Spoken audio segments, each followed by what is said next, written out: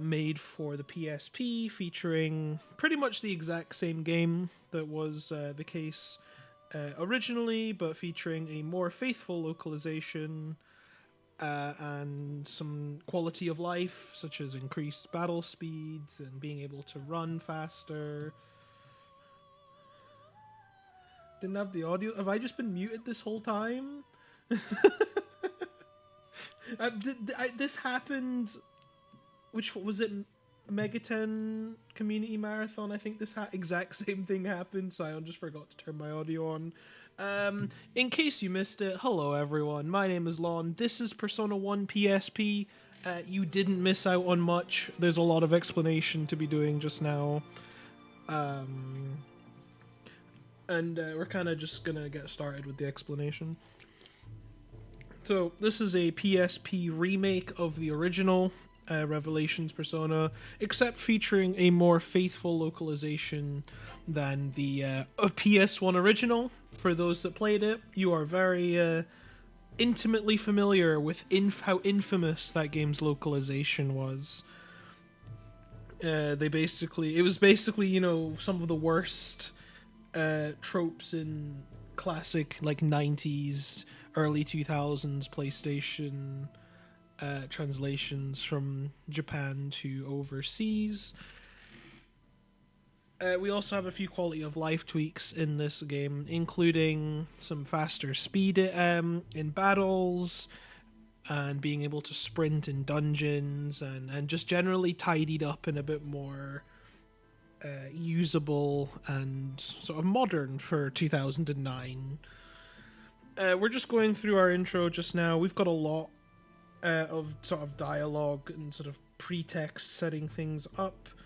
So it gives us plenty of time to yap and just sort of, you know, get everyone welcomed in and sort of familiarize yourselves with this world of Persona, which, you know, if you've played any of the other games, you're probably vaguely familiar. You might have heard of a little known hidden gem that goes by the name of, I believe it is Persona 5 Royal. You might have heard of that game before. Believe it or not, if all you've played is Persona 5, this game is quite different. This plays more like a classic dungeon crawler than it does any of the modern Persona games. Which has its sort of, you know, probably the best way to explain it is it plays more like a Shin Megami Tensei game than it does a Persona game, at least by modern standards. Lore-wise, stuff happened. I wouldn't worry too much about it. Basically, they are playing like an old folks game, you know, like kind of something like Bloody Mary or something like that, called Persona. I can't do silly bits like that and keep my composure. It's too hard. However, things go wrong, and they, you know, all get zapped by lightning and stuff. And now we meet this guy. He'll explain himself in a moment. I just have to name my character first. Very important we name the character. What we name it doesn't matter, so we're just going for ones. Mainly because if I mess up the name, there is less continuity issues with the name if I don't mess it up. So the first 15 minutes of this run is actually very involved and quite difficult, actually. We have to do an RNG minute for the first about 15 minutes or so of the game. Doing that will set us up for the whole run with pretty much everything we could ever need. We'll explain that a bit more when we get there. I have a backup save because this can fail. I do have a backup save, so if it does fail, then we're okay. Hopefully I nail it though. I did practice this beforehand, and I got pretty good at it, so all I have to do is not mess up the D-pad inputs. That's the hardest part, is not, you know, accidentally hitting the wrong D-pad, like when I'm rocking over with my thumb. So, yeah, Philemon here, he introduces us to the power of Persona. Woo! You know, now we can start the game. So, we wake up in the hospital, not the hospital, the school infirmary, which is basically a hospital, I guess, if you squint hard enough. And we're going to get told we're going to go to the hospital to get us checked out. Because... you know, we got zapped by lightning. Probably a good idea that we go to the hospital and get checked out, right? First thing we're going to do, though, some menuing. We're going to... those settings we changed there. We changed the text speed to be fast, so the text speed goes faster. Not that it matters much. I am turboing, so the text is already pretty fast, but it should be even faster now. And the other thing I changed was in the sort of isometric areas, I basically changed which way up is. So up on the D-pad will go to the top right corner instead of the top left corner. That is entirely preference. I just prefer to do it that way. This is kind of how I was taught how to run the game that way, so I've always done it like that. But now we take a nice stroll through Mikage-cho heading towards the hospital. We do this in this specific path, and as long as we get here at 7-8 Ascending Moon, everything should be fine. It's kind of hard with the manip. You only really find out if the manip works once you get to the end. Which involves several long cutscenes. So, fingers crossed, this is it. I did practice. So we go to the hospital, and while we're here, we're going to meet our friend Maki. You'll see her here.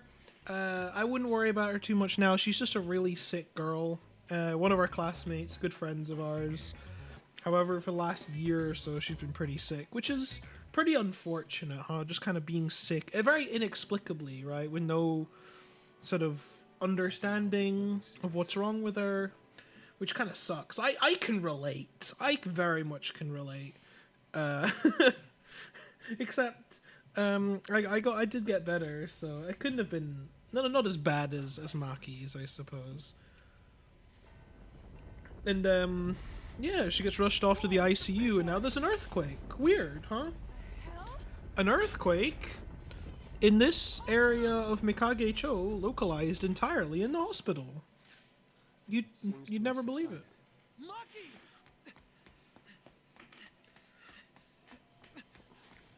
And now the ICU is gone. Crazy. Where'd the ICU go? It just vanished. This is definitely something that comes back later on in the story, but is totally not relevant for just now. If I remember when we get there. And now there's zombies. Zombies are here too. I don't know why zombies are here, but they are.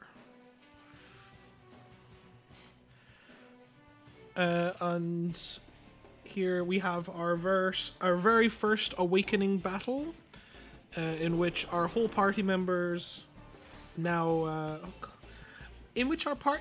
awaken to the power of Persona. As you can see, they've got cool looking personas. He's got a monkey with a mask on. She's got a snake, like a jester snake. He has Dalsim from Street Fighter. That's actually probably the best way to describe Nanjo's persona, actually.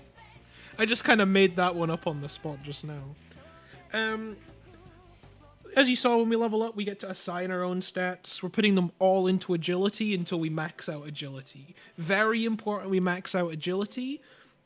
Main reason is turn order. So if we have max agility, main character will always go first. Very important, especially later on in the run when we're dealing with boss fights. We always want to be going first. Now this is where the manip starts.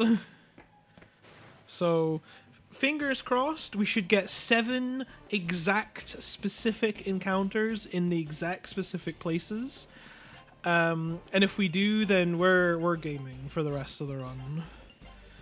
This encounter is correct, encounter 1, which is just these 4 knockers. We just Garu, and then Auto battle. You'll see a recurring theme in this run. The only character that performs actions for most of the run is the main character, because he is the best character in the game.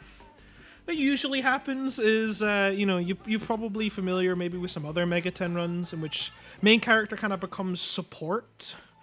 It's either they become support or they become the only damage dealer. And in here, they're the only damage dealer.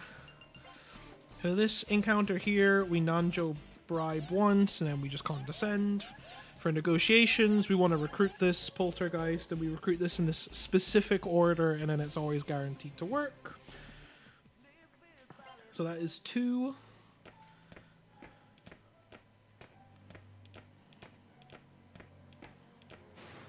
And that should be number 3, which it is. I'm kind of in like focus mode just now, so if you'll have to bear with me. I want to make sure I can get this right.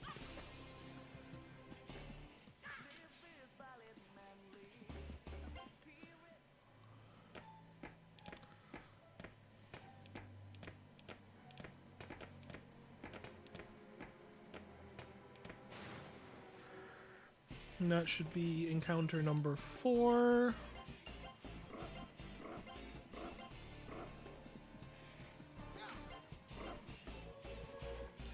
We recruit slime. Now, these recruits that we get here are the only recruits we need for this whole run. They're the only ones we actually need. The other ones we grab are all circumstantial, like just getting them from random negotiations. But the 4 we get here are the only 4 we need for fusions for the whole run. We only do 2 Persona fusions in this entire run. Which you might think is insane to think, especially considering other games in the series.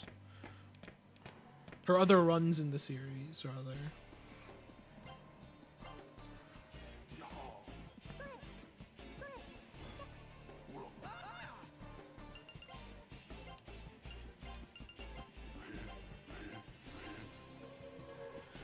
That is our 3rd recruit, which is Mr. Zombie, and our 6th out of 7 encounters.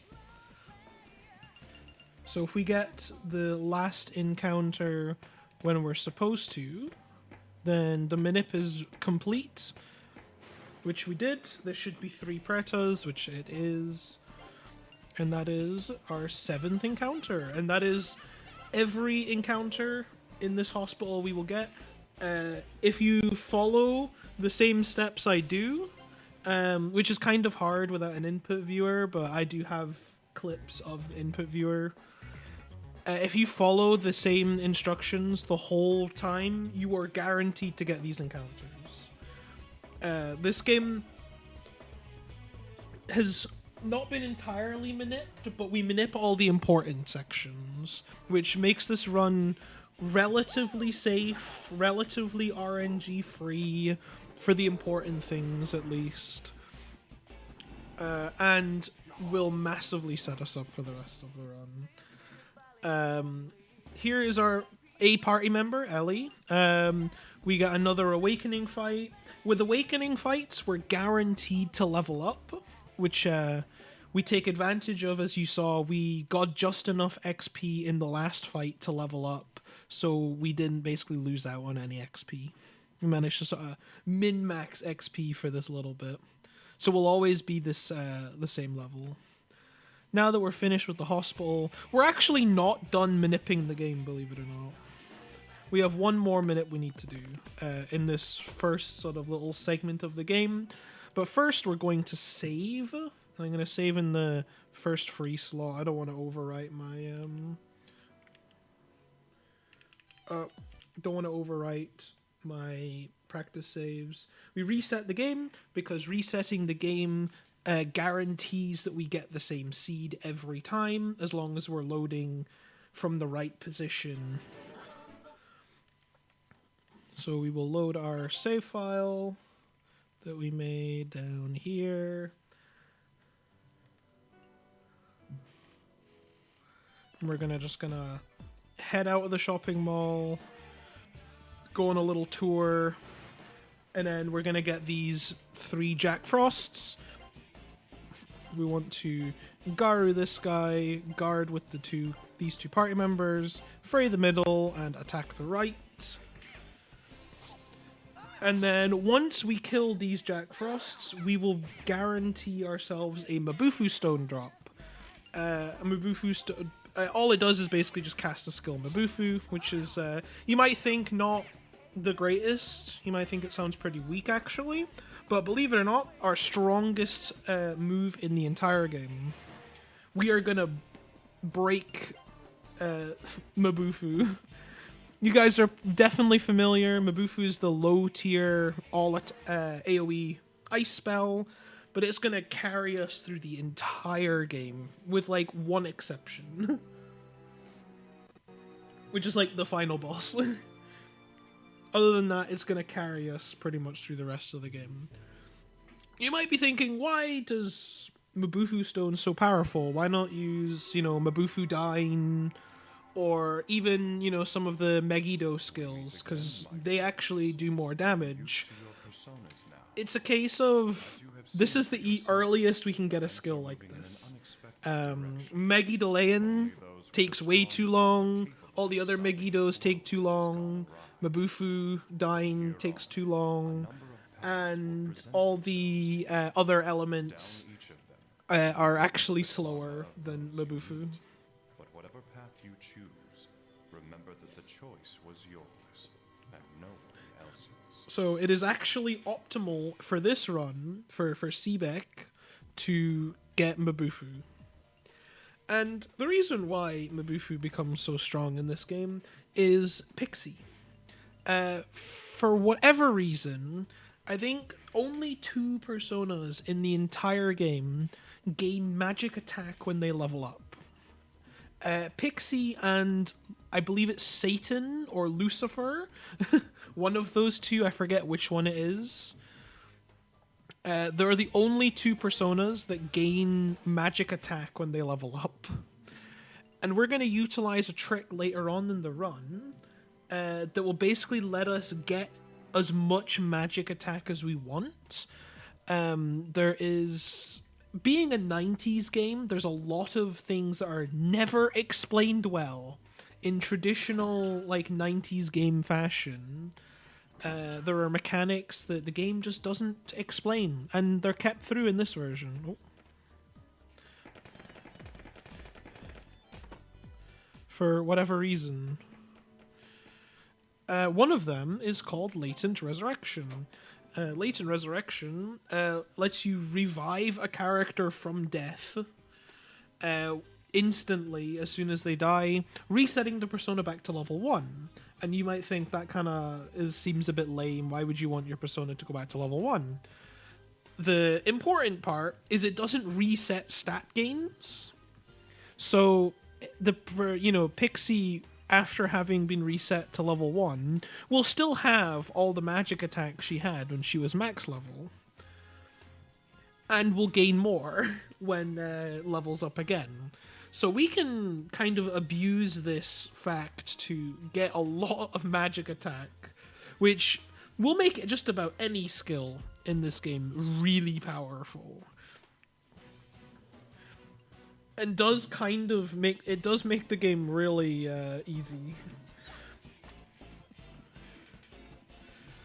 Here's another free Persona Awakening fight. This time it's Maki, the girl from the hospital. Remember the really sick girl that was in the hospital earlier? Yeah, we kind of glossed over it because I was too busy yapping. But she's back, and she's totally okay again. She's even in her school uniform, like she was here the whole time. Which totally isn't weird and totally doesn't mean something weird shenanigans or anything like that. That would never happen. Here we just want to sell a rapier. We want to buy an emergency exit, which is a Triesto item. Lets us warp to the entrance of a dungeon. We want to use that just so we can not have to bother walking through a dungeon again, because it's just faster. And then you don't get more encounters, Like this, we don't want to deal with these encounters. So we just negotiate them all away, because we already have their cards.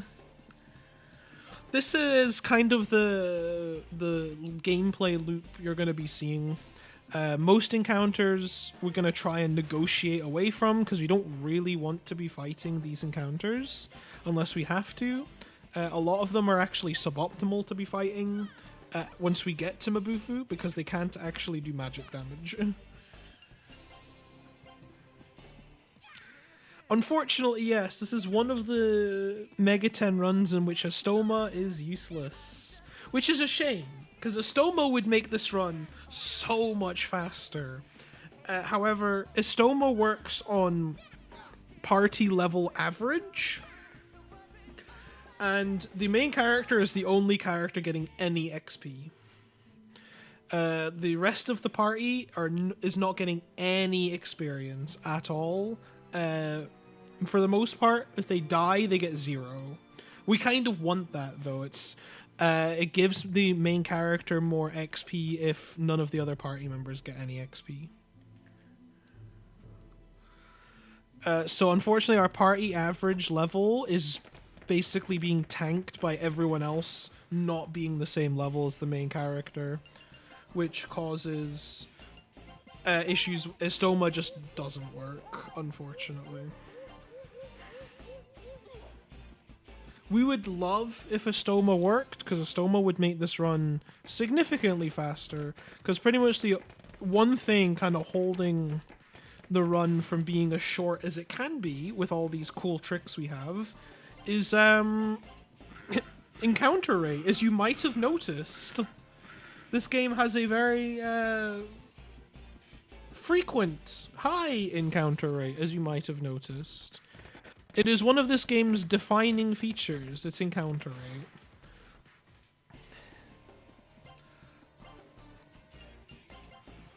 Yeah, we want to recruit this encounter. This is the only other recruit we actively want.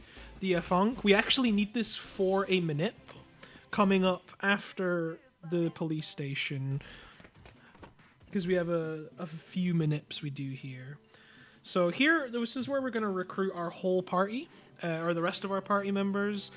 You can actually choose who your 5th party member is in this run. There are 4 different options. We've got Brown, which is the one we're going to recruit here. We have Ellie, we have Ayase, and we have Reggie. Reggie's like a little side quest. If you've played the game before, you're probably familiar with the little side quest you have to do to unlock Reggie as a party member. The others can just be found sort of progressing through the game before you actually get to the first boss fight. The reason why we take Brown as our party member is because he's the first one that shows up, and it's just easier.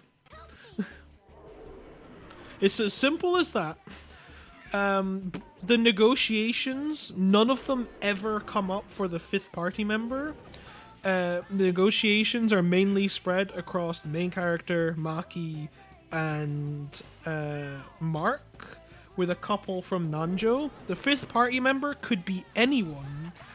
If we could get away with having 4 party members, we would, because it would probably be faster. Alas, the game does force a 5th party member on you. If you don't meet the requirements for unlocking Reggie as the 5th party member, ISA forces herself into the party. So we can't, unless we can sequence break, which I don't think we can. So we're gonna take Brown as our 5th party member. And now we have a Manip to do. But first, if I don't mess up menuing, of course, we're gonna head back to this the shopping mall we were at earlier, and we want to be there at roughly new moon, as close to new moon as we can get. We're gonna have to do some moon manipulation, but we can do that in the shopping mall, which is considered a safe space, and we don't have to worry about any random encounters. I'm gonna go in here. We do have a few shopping things we have to do first. a little bit of preparation. First, we're going to have to take all our equipment off our party members. We don't need equipment. Equipment only serves to slow us down. And it gives us money, which is the important bit. So we just sell everything. We want as much money as possible for this run. Money doesn't matter too much outside of this area and then the final boss prep. We want as much money as we can for that. So here we buy ourselves 6 chewing souls, which is basically an SP regen, 12 revival beads, pretty self-explanatory, and then rattle drinks, which is just some healing. Then we're at half moon. We do want to do some moon manip, so we're just gonna walk around until we get to new moon, which should be now. Now we're gonna go into the velvet room. We're gonna meet Igor, our jolly long-nosed friend. We're gonna fuse for a pixie with a poltergeist and slime, and we're gonna give it the Mabufu stone. Now doing that teaches Mabufu to pixie, which is why we minute for that Mabufu stone. We equip it onto Maki. You probably just noticed there. Everyone can equip other personas. If you're familiar with the later games, you would know that only the main character can have different personas. In this game, it's different. Everyone effectively has the wild card ability. Now that we've saved the game, we're going to reset once more, because we've got, say it with me, yet another manip. This one is actually kind of a relatively recent discovery, or relatively recently routed in. This saves us a bunch of grinding and basically guarantees everything we would ever need.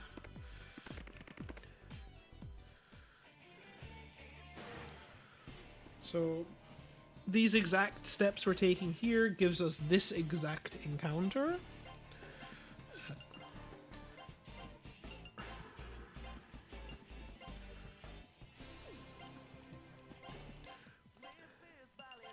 And then by setting things up in this order, and then we basically just sit here for a while.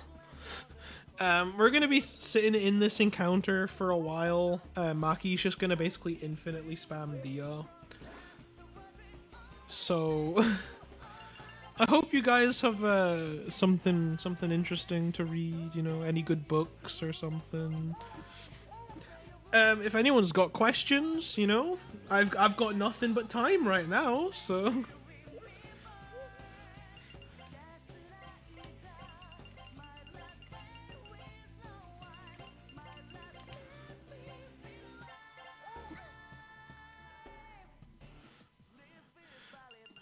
And now we just have everyone except Maki guard now. And now Maki's just gonna sit and spam Dia until her SP is empty, basically. Now, luckily for us, the Afanka's never gonna run away. For some reason, he just really likes being here. So he's just gonna chill with us for a while. And yeah, we'll have a nice little, you know, Q&A, right? When is the Persona 1 remake? Legally, I can't tell you. Because I don't know. I do hope this game gets a remake, or at the very least a modern port to, like, you know, Steam and PS5 and stuff. Despite the fact that it is actively available, you know, for emulation. What do you think I'm playing on just now with a, you know, 8-bit Do turbo controller?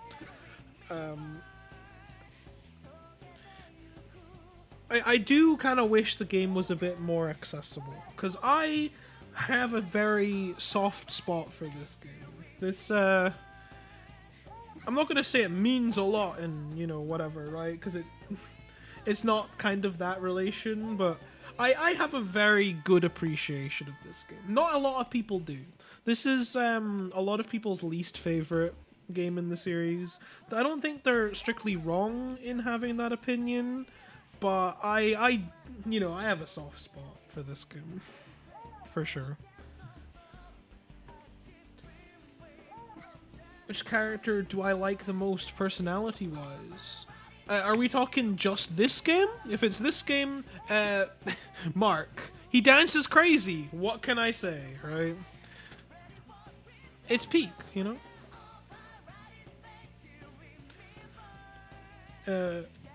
But if we're talking, like, all of the Persona games, that's a good question. I actually don't know. I always, if anyone ever asks me what my favorite character is, it's Yukari. So I guess we'll just say Yukari.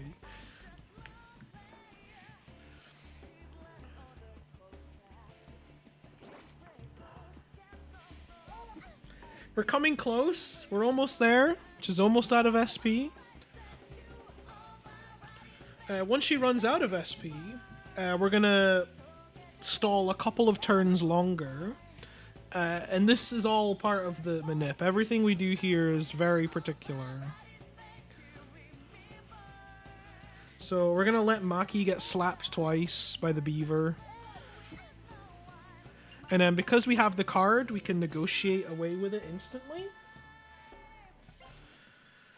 Now we're gonna go into the menu. We're gonna give Maki 3 chewing souls, exactly.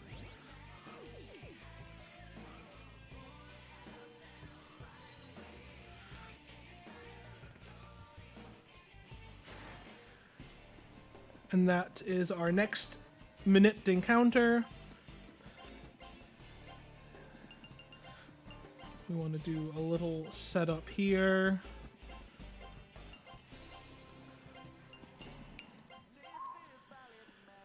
And then this should also be set up correctly. They die. And then we have everyone guard again. Maki's gonna happy dance. And we're just gonna spam happy dance until she hits max rank. So, the whole idea of spamming moves to level up personas is... the easiest way to explain it is they gain the persona gains sort of XP every time a skill is used. So each of these happy dances or the Dias from earlier, Pixie gains a little bit of XP. Is probably the best way to explain it. And once you've used X amount of skills, you level up. And then we get to max rank, and then it doesn't really matter afterwards. That is sort of the idea. Characters have 2 different XP stats. They have their character XP, and then they have persona XP. Character XP is sort of, the bog standard, what you'd expect from a normal RPG. Persona XP actually determines what level of persona they can have equipped. So the higher the level, if they're level 99, then they can equip level 99 personas, if that makes sense. So she's hit max rank. Now we're just gonna slap him until he is no longer happy. He is no longer happy. We're gonna stare at him until he gets angry. He's now angry. And then we're gonna slap him. He's gonna miss. This is normal. It's totally fine. And as you see, she instantly revives. Now, that skill there, the whole reviving when she dies thing, has a 25% chance of activation every time the character dies. So, mathematically, 1 out of every 4 times she should level up, or she should revive herself when she dies, right? That's not true. Let me tell you all about that. I had I forget which showcase it was for this game. It might have been the SMT Marathon. It might have been The last RPGSU affiliate event that we had in like October-ish, I think I missed 11 times in a row, I think. It was something crazy ridiculous like that. For something that's 25% chance, it sure didn't feel like it. So here we've manipped it, so it's 100%. It's guaranteed to happen, which is even better. We like that.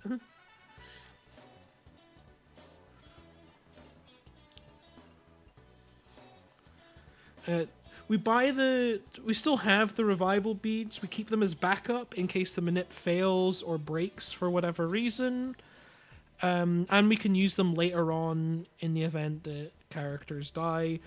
We kind of, for this next little section, we want to basically nurse Maki and keep her alive until we can get to the next Velvet Room. Once we get to the next Velvet Room, we can equip Pixie onto the main character, and then that's when the show begins, right? That's when we start doing some serious damage.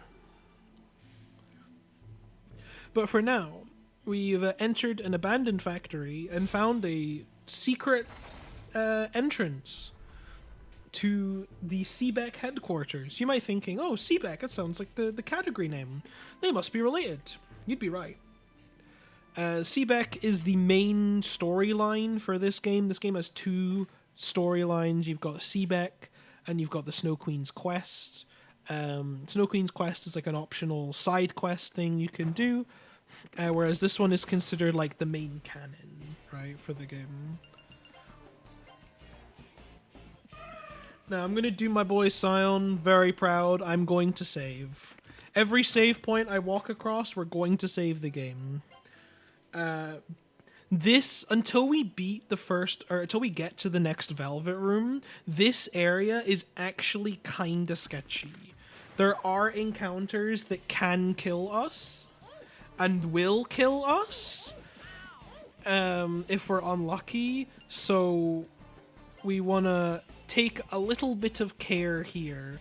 It's mainly because Maki doesn't have high agility, and she's a bit squishy.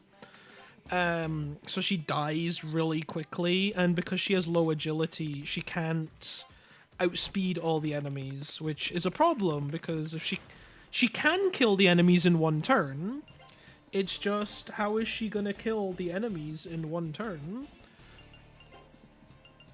if they go faster and kill her first?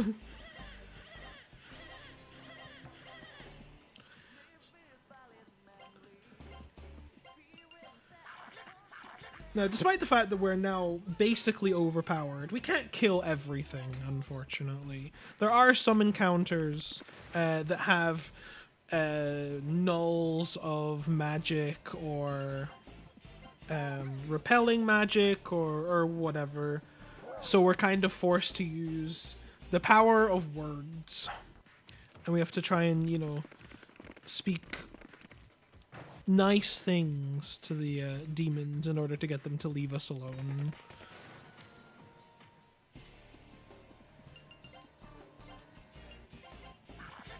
Like these gremlins, the angel behind the gremlins also doesn't like being magicked, so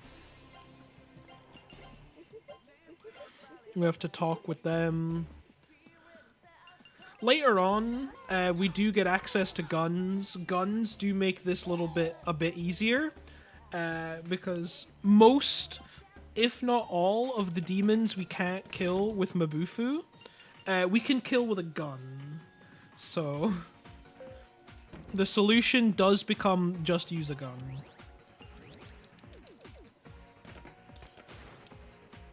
We are gonna try and keep Maki at full health.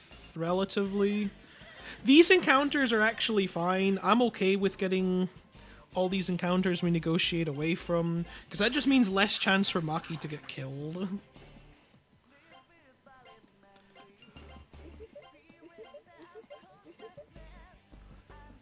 Now, you maybe notice I am going through the dialogue really fast, so probably not. But I'm just selecting the first option once we fill out the eager meter, which is basically, hey, join us, right? And they'll give us a spell card, which we can then use as fusion material. However, these demons are not joining us because we're too low level. And instead, they'll just leave, which, you know, saves you menuing, right? Oh, we're like 3 steps away from the Velvet Room. Come on. Game, throw me a bone, man. But for what it's worth, we got some pretty good encounters. All ones we had to negotiate away from. So when we switch over to the main character, having Pixie instead, we can just activate our tactical nuke on everything. It just becomes that easy.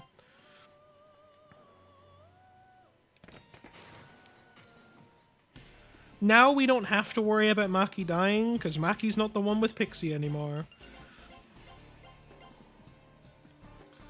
And you can probably see we're still in basically the first real dungeon of the game, right? And you can already see we're doing like 300-ish damage to demons, which for this point in the game is actually a lot. A lot of these demons have like not even 100 HP.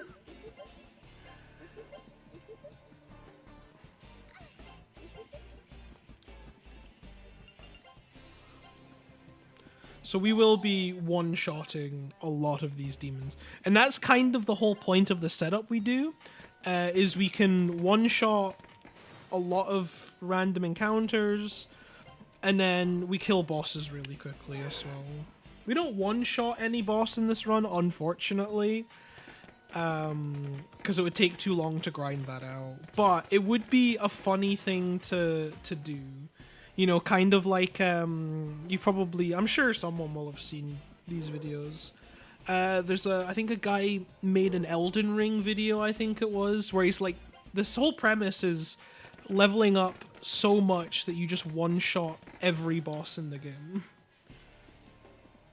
And I would love to try and do something like that, because I do think you could do that in this game. It would take a long time, but I think you could do it.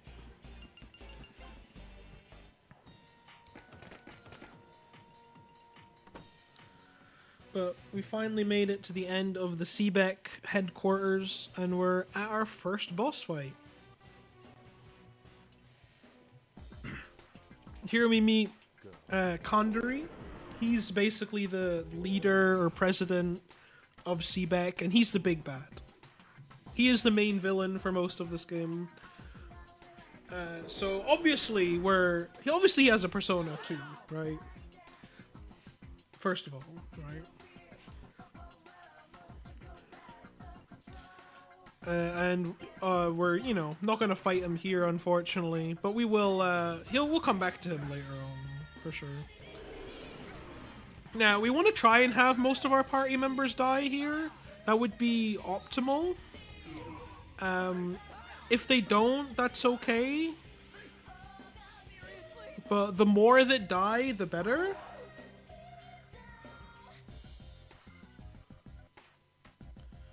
Because that just means more XP for us, which is fine. We don't have to worry too much about XP right now. We get more than enough XP as it is. But that is the first boss, Takeda defeated, and that is basically this dungeon done. Now, unfortunately, as you might have seen, Kandari ran away. So now we're going to have to take chase. So we have to find a little hidden switch to open a hidden passageway. We grab that sword. Not that we're going to use it, we just sell it for money. Any money is good money. Right? What can I say? And we get an encounter at the door.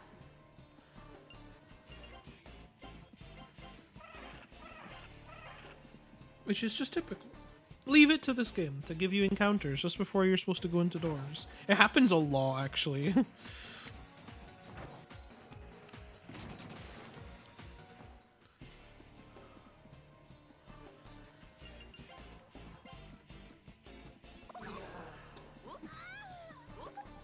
I finally found a demon that doesn't die in one shot. That's just because it resists ice and it dies in 2 instead.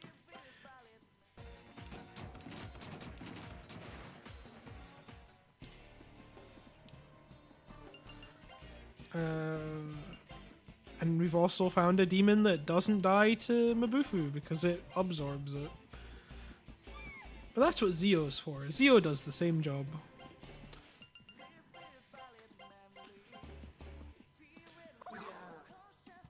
Unfortunately, Pixie only knows Mabufu is a multi-target spell. All the others are single-target, which is, you know, not the end of the world, but it would be massively preferred if it was all multi-target.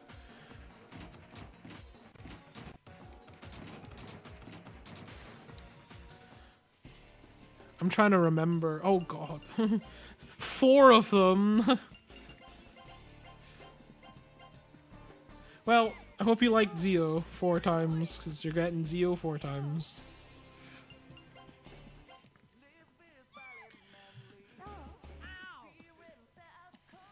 One comparison I actually quite like using for this run, seeing as how we had a Nocturne raid, a raid from a Nocturne runner. The pixie we have here is basically the same pixie that is the Uber pixie from Nocturne. It gets really powerful and really out of control.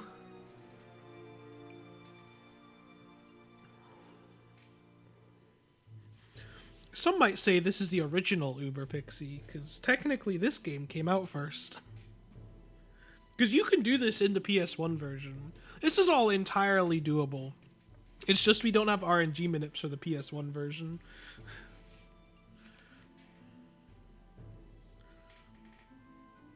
I've tried figuring out how to RNG minute the PS1 version, and I haven't figured it out yet. At least not human viable. I think a Tasser was able to, but not human at least. We're pressing a button. I actually genuinely don't remember what this button does. I think it turns off the Deva system, which is this big giant machine thing that you saw Kandari go into. I'm not actually sure. This is a few of the like story bits that I actually don't remember too well, because I've been running this game more than I played it casually. I played this game casually once, like 3.5, 4 years ago or something like that.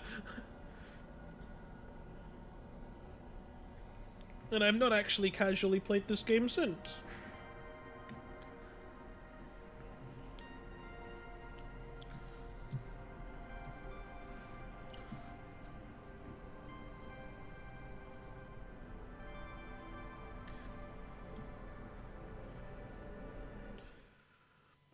And with that, we are now whisked into an alternate reality. The game doesn't... we don't quite know that yet, story-wise, but this is basically an alternate reality.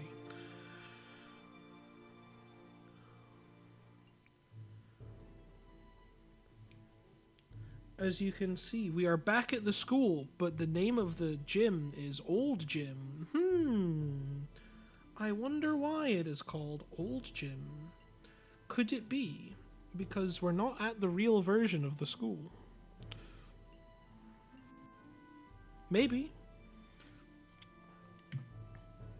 God, I got like a fucking weird itch on my forehead. I apologize. You've probably all been noticing for a while that I just keep like poking at like my forehead. I've got like a little itch there that started conveniently just as the run started, or just as I was going live. And now I'm gonna have to deal with it for the rest of the run.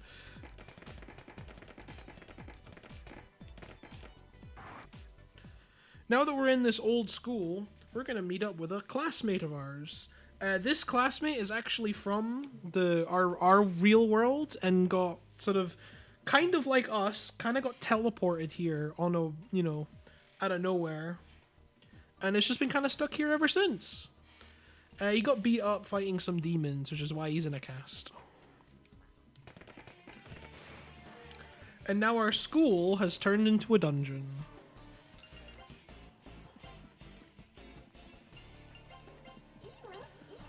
So this is our second main dungeon of the game, alternate St. Hermelin. I think I was on Zeo last, yeah, so I can just auto. Except that guy absorbs. This never comes up. But I'm gonna have to actually manually target, which is kind of annoying.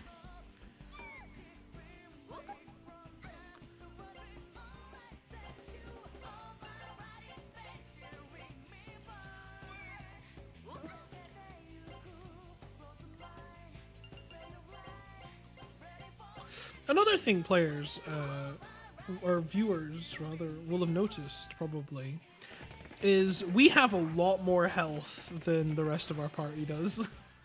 We are pretty strong now, and that was after one boss fight. We have, like, 3 times the health as the rest of our party members. This is where we get really strong. And it's gonna snowball for the rest of the run. Our party members are being left in the dirt. While we get really buff and really strong. And they can't do anything about it.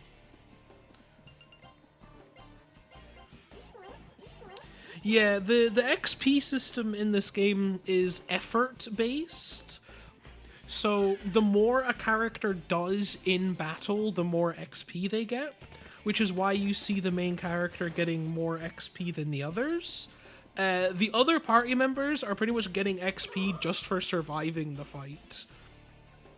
But we get the majority of it because the main character is the only one actually doing anything.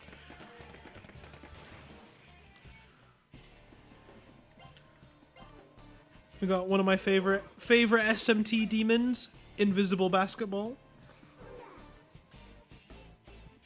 We got another. There's a very iconic demon combo that we can find in this dungeon, which we lovingly call Ballin' Toilets. It makes a lot of sense if we encounter it. Here is our final awakening fight we'll get here, which is Reggie. We can't recruit Reggie, mainly because our party's full, but also because we didn't do the side quest to unlock him. Unfortunately, the side quest to unlock him conflicts with our RNG minute that we do at the start of the run, which is one of the reasons why we skip it. The other reason is because it's slow.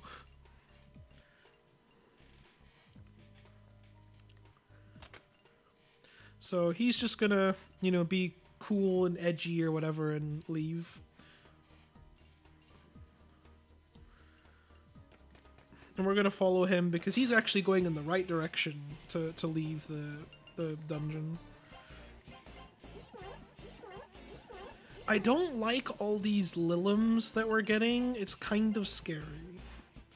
Lilim can put us in like an infinite, I think it's sleep loop if we're very unlucky. So hopefully we don't.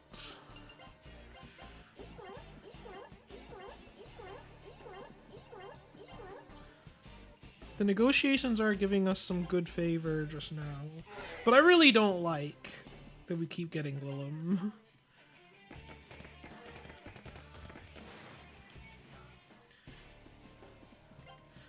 Okay, you've seen this. Okay, so we've seen half of, like, the 2 halves of our Ballin' Toilet combo. You saw we've destroyed some toilets.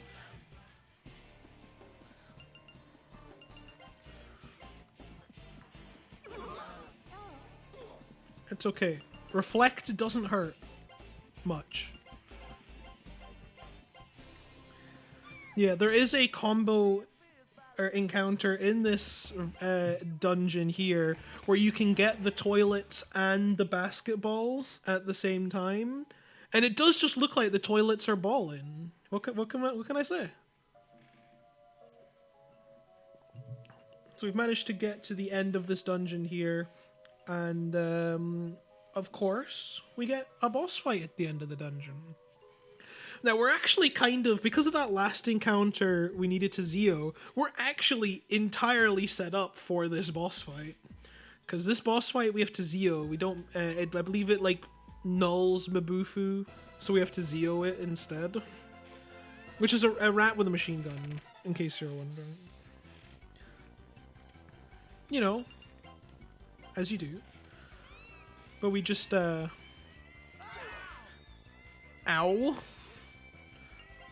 That's not supposed to happen! He's not supposed to die!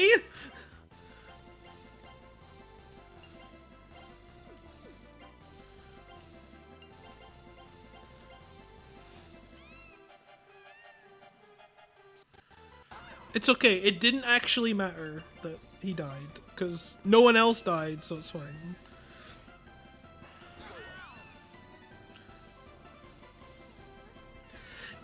It's a case of Pixie's weak to Megiddo and nuclear spells, and we weren't high enough health to tank it all. That's all, really. It's fine, everyone else isn't weak to nuke, so it all worked out in the end. Usually not how that fight's meant to go.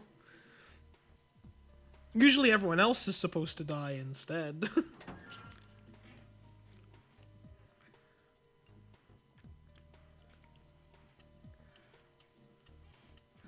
But now that we have defeated the Robo-Rat, the school has gone back to normal. Now we have to go up to the library, because something weird has shown up in the library. I wonder what it could be. Could it be plot related? It's a giant door.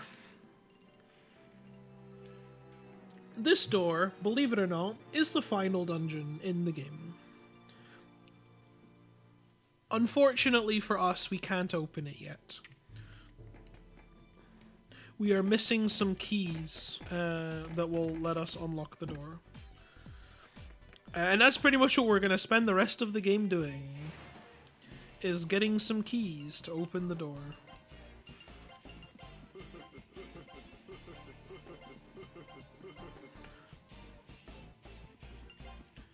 But first, you remember Philemon, the mask guy? Oh. We're gonna go and see him again, because he's got some words of wisdom for us.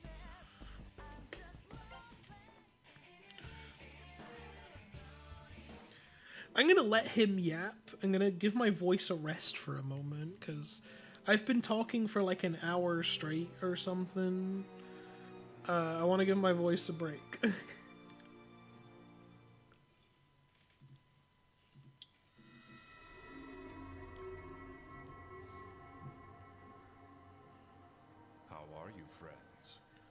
Just as you thought, this world is a counterfeit of your own. It is this world where Condori's ambitions lie.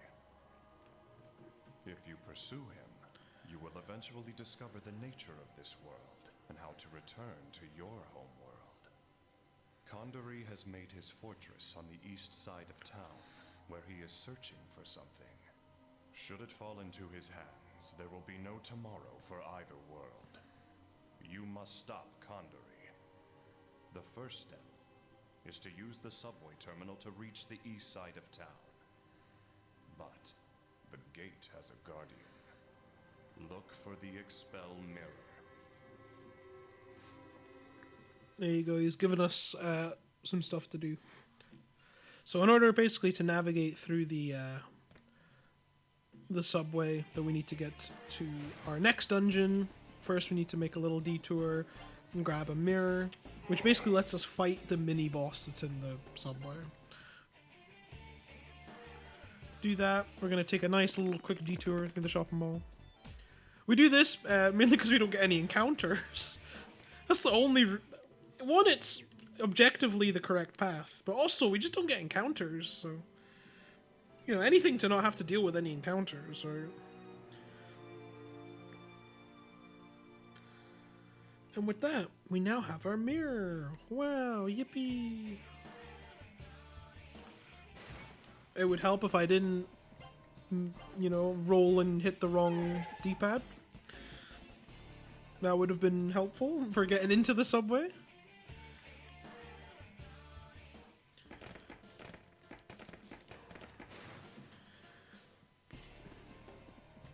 Now we just make our way through the subway.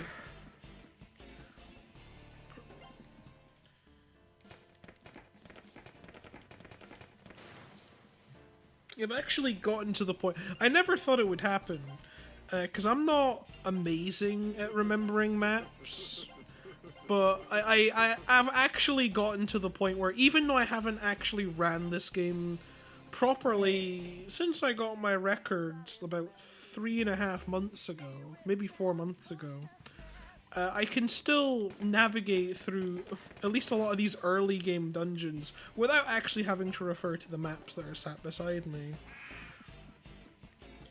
That's how you know you've ran a game too much, when you can remember the maps.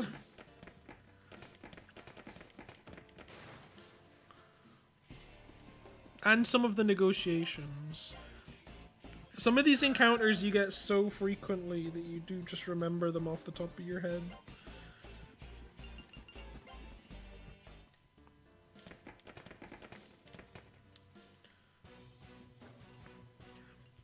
Now we come up to our subway mini-boss, the guy we needed the expel mirror for. Unfortunately, neither electricity nor ice damage gets through to him, so we have to give him a gentle breeze with Garu. We just have to, you know, blow some wind at him, and that'll kill him.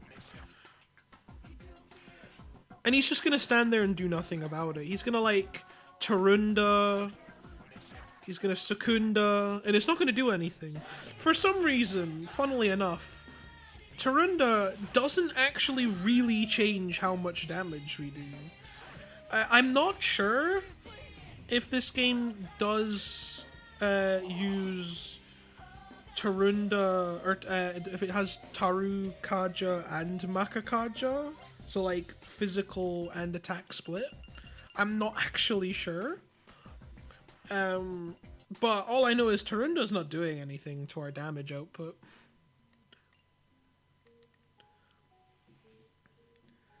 So now that we've defeated the subway boss, we get introduced. Remember this little girl from the school, right? She was the one that summoned the Robo-Rat.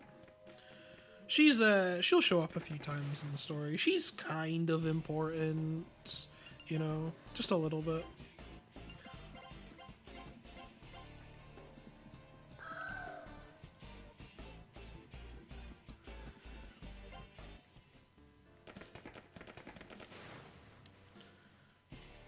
Just have to work our way through the encounters. I think this is one of people's sort of griefs with this game, is the encounter rate.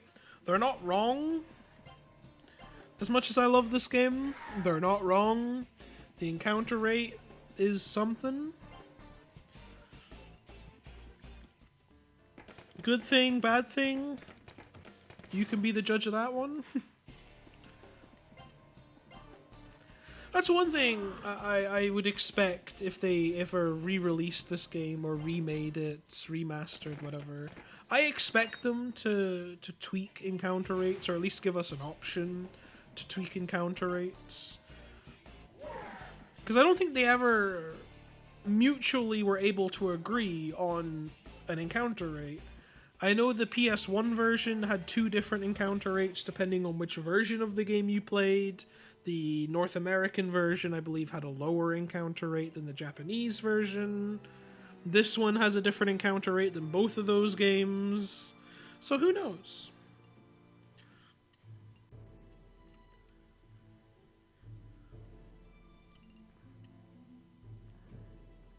But it is a lot when you're just constantly having to go sort of, you know, back and forth. I don't need to go in here, I need to go into the store next door.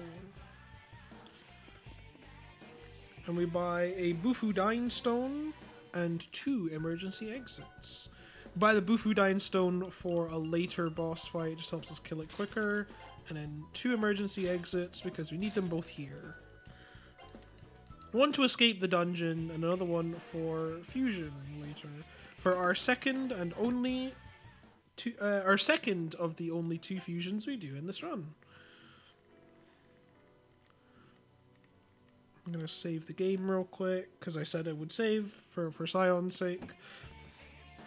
Now we enter the Karma Palace, which is the next major dungeon in the game. This one is kind of a puzzle. We have to try and figure out our way down to the 10th floor, but there are lots of pitfalls and false paths everywhere. I know where we're going. You don't have to worry about that. I'll guide us in the right direction. The demon spoke to me. I don't want to speak to the toilet. No thank you. Fellas, if a toilet ever asks you to talk, don't. Just don't. It's not worth it.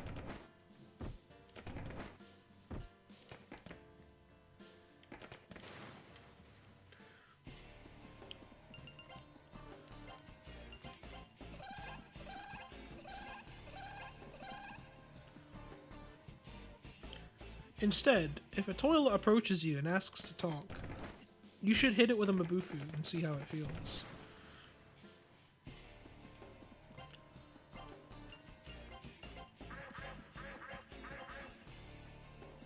Got some quacking birds. Don't know how a bird can quack like a duck, but you know, here we are. Anything can happen these days, you know?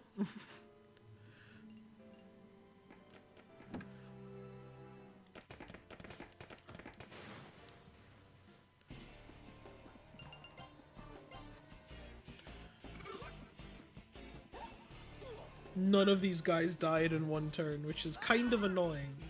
Not much I can do about it, but it'll be fine. Because they all die on the second turn anyway. They're basically the premise. If it doesn't die on the first turn, it will on the second. And the main character is tanky enough that, you know, surviving the first turn is not difficult. With his high agility stat as well, he also just can't get hit.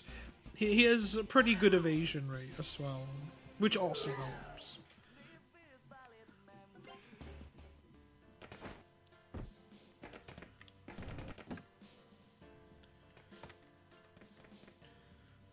Now we're almost done with the dungeon.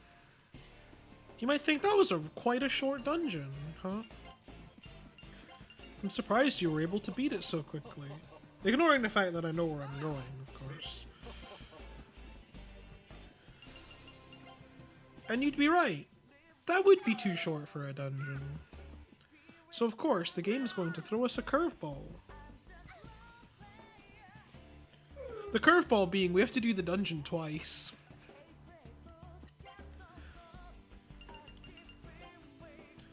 We basically get kicked out of the dungeon here, and we're forced to do it again.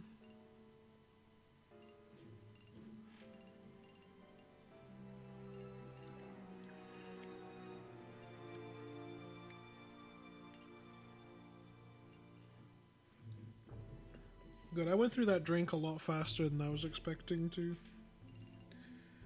Might have to take an opportunity during the next cutscene to grab another drink. So true. The dungeon is so good we have to do it twice. This was probably the dungeon they were the most proud of. And they're like, we just have to let the character and the player experience it twice. Because it's just that good.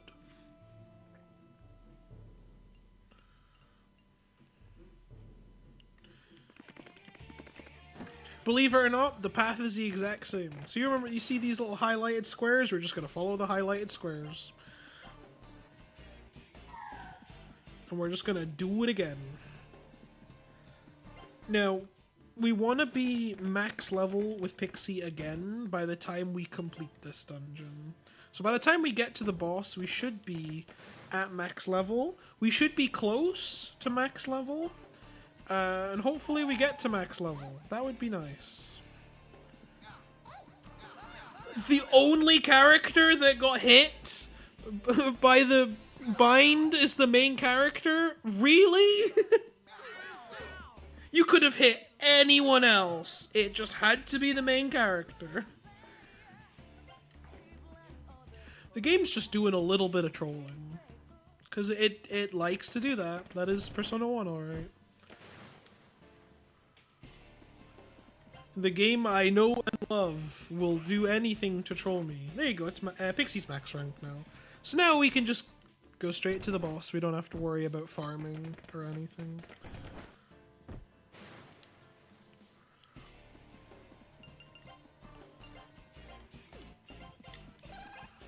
The reason that we want Pixie to be max rank after this boss fight is because we are going to do a second Latent Resurrection. We do 3 in this run, so this is the second one that we need to do. And again, we just get even more magic attack stat because it is not capped and does not cap. It will go infinitely if you give it enough time.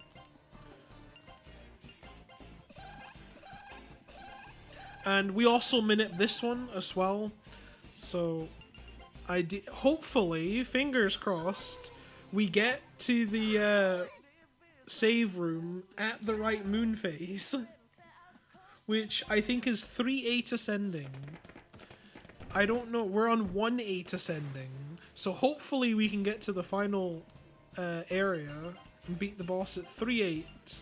Otherwise, we're gonna have to do a lot of moon phase manipulation.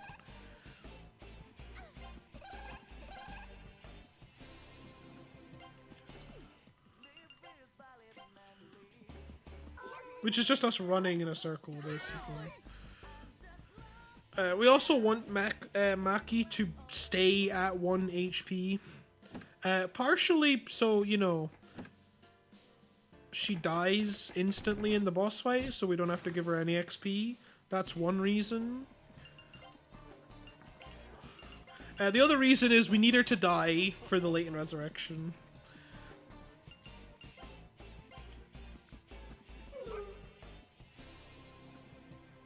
I say that lovingly, you know. We all appreciate the sacrifice she's putting in for us. I think we do actually get to the boss at 3-8 ascending. So I think we don't actually have to do any moon manipulation.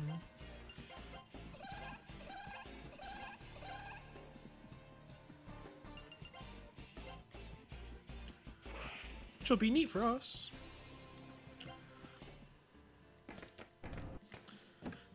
Maki's like 1 encounter away from leveling up, so I'm very glad she didn't.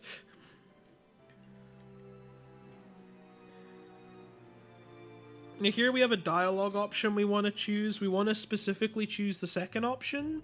The second option removes the rest of our party from the fight except Maki. One, so we don't have to worry about killing them, but also, this fight's so much easier with only 2 party members. If you have the full party for this fight, the boss unlocks some unique moves that she doesn't have otherwise. And I think she has more health.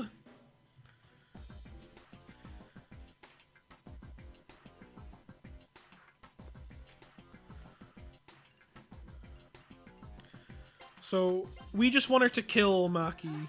So hopefully first action she kills Maki. Yeah, see? First action. It's that easy. And then she'll die in 3 turns. So as long as she kills Maki in 3 turns, it doesn't really matter.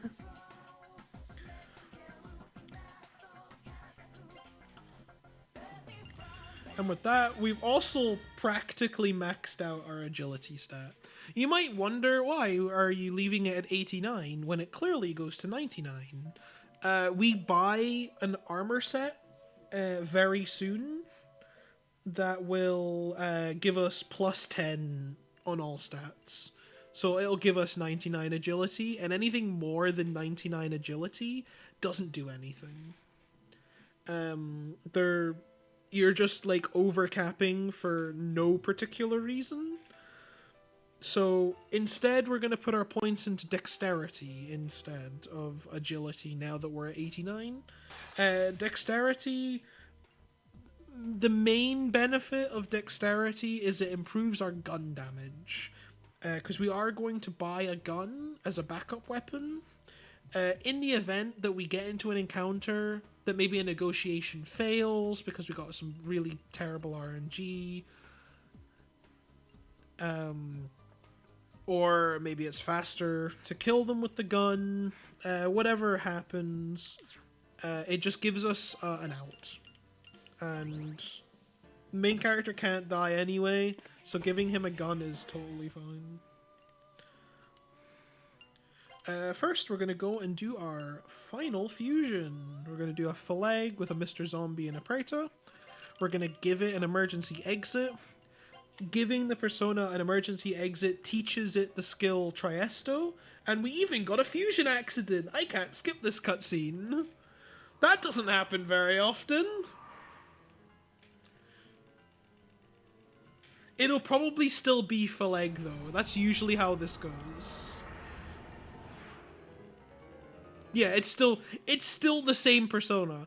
I don't know why there's a fusion accident. It doesn't change. It's just a cutscene I can no longer skip.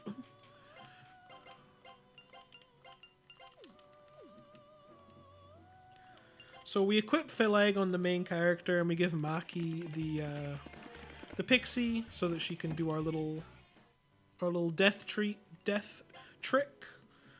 We're gonna save and reset the game once again, because, say again, as I mentioned last time we did this, seeds are basically generated when the game starts. So if you load the save file from a game reset, you'll get the same things every single time, as long as you do the same actions. So we're gonna load the save file.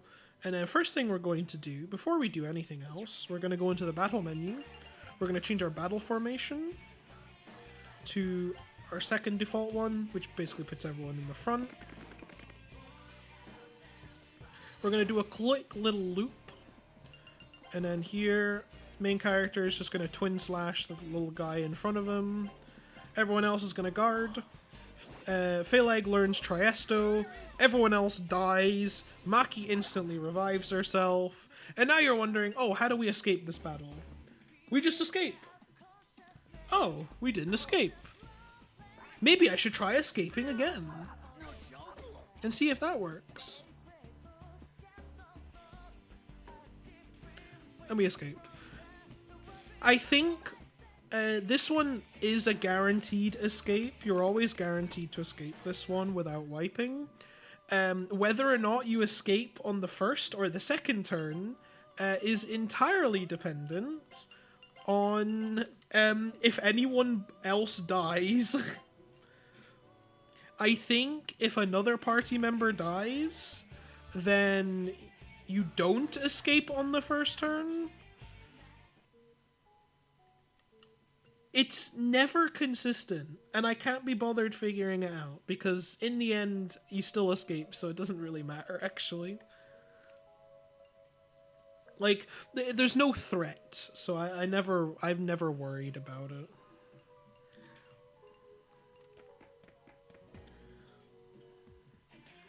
That is the next dungeon there, the palace. Unfortunately for us, we can't not actually get into the palace.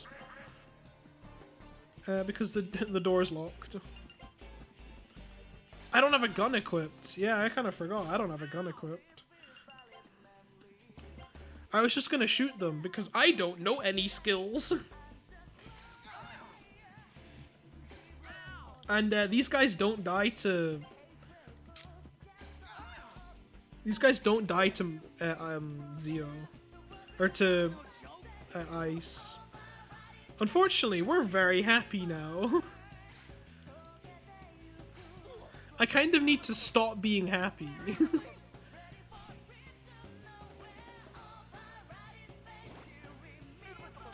We need to learn Garu, so I have to stall a little bit until I learn Garu. And then I can Garu these guys. Normally we're meant to just Zio them. I don't have Zio unlocked yet. So, slightly suboptimal.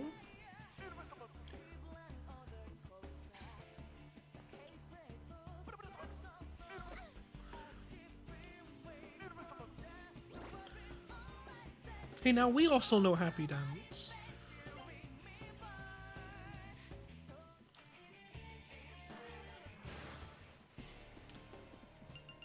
Now we can go back to our regularly scheduled tactical nuke.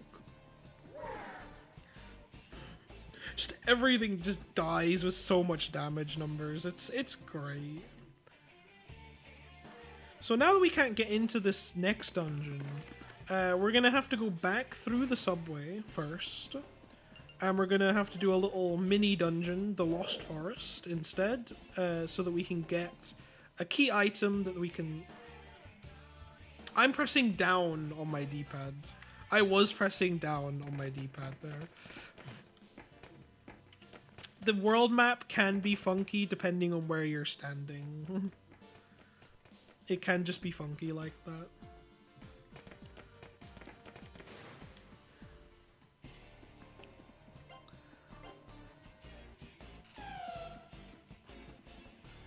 Yeah, so unfortunately we have to take a little detour. At least we know where we're going. We came through here before, so figuring out where we have to go is not actually that hard. Because we just go back the way we came.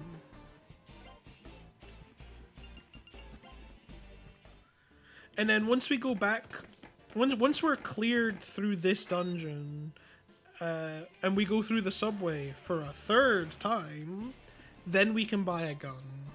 So we can do what I was trying to do earlier, which is shoot the demon that can't be frozen to death.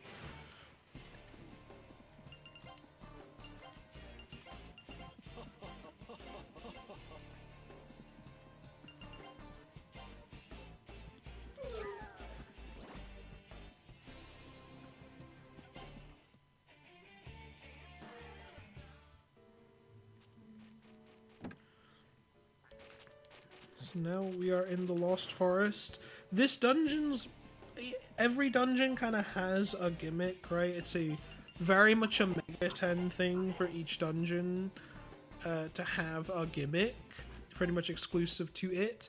This one is rotating blocks. So there are blocks we'll step on that will turn us 90 degrees to the left.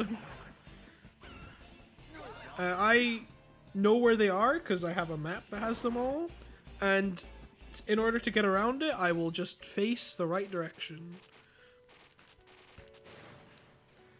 And by doing that, we don't have to worry about getting spun around in the wrong way. Once you realize that it turns you 90 degrees to the left, as long as you just turn right, and then you'll go the direction you want to go.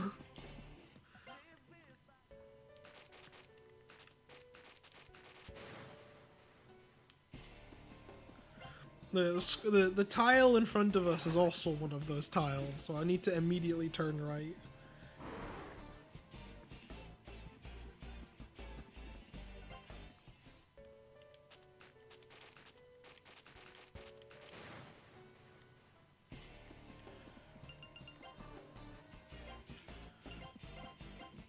These guys don't play nice with Mabufu either, unfortunately.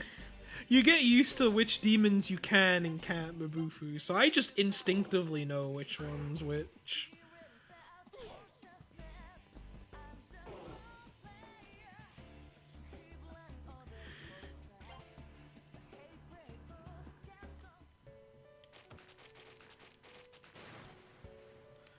And we're coming up to the end here. I don't need to bother changing, he'll die in one shot anyway.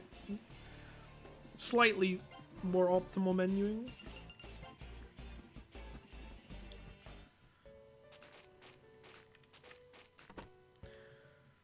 Now in here we actually have basically the only dialogue options that actually matter for this run.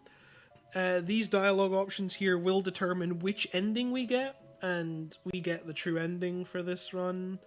So we need to make sure we select the right dialogue options here, which is pretty straightforward. It's the first option, it's the first option, and it's the second option. If you pick any of the other dialogue options, you get a boss fight and are locked into the bad ending. And we don't want to be locked into the bad ending, that's lame.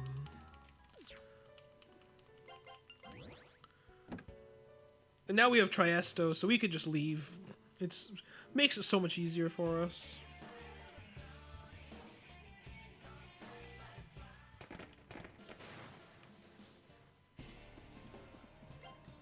I do have to change. I was on Garv. God, I don't know how people can stand and just yap for hours straight. My throat's already dry. I don't remember when the next cutscene is. To grab a drink.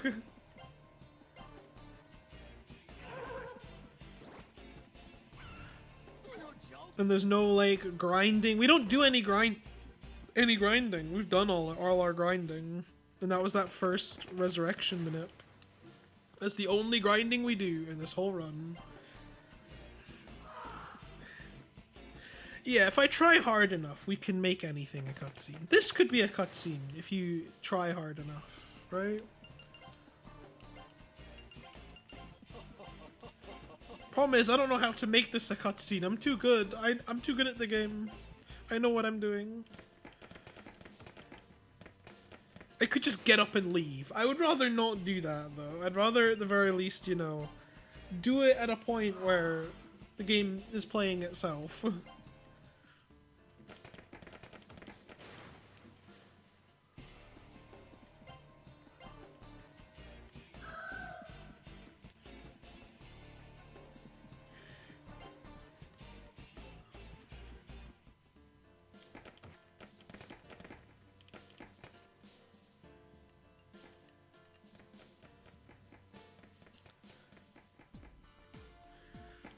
Yeah, I get up and leave just before the cutscene when there's still gameplay.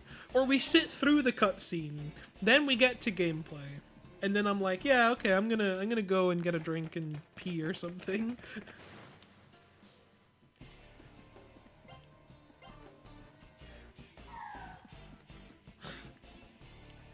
The only person that knows this game is me. And Sion, but Sion's in bed.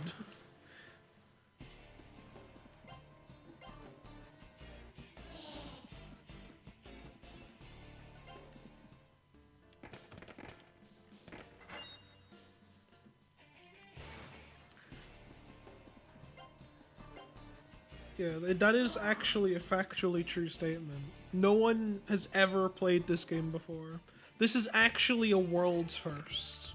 You're witnessing a world's first.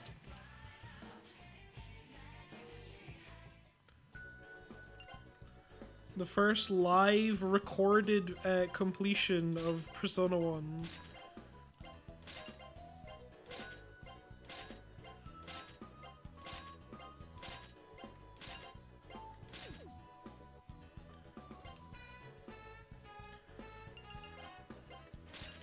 So we finally get our gun. Very important. This is basically the best gun in the game because it hits 7 times guaranteed. And hitting 7 times guaranteed is actually quite nice.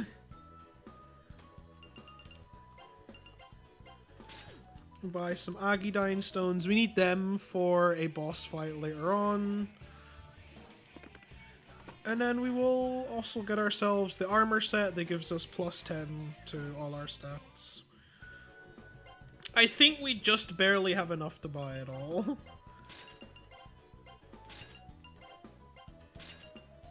Yeah, just about. And then we equip it all on the main character. So now we have a backup strat in case a negotiation goes wrong. Which hopefully they won't, but if they do, I have a gun now.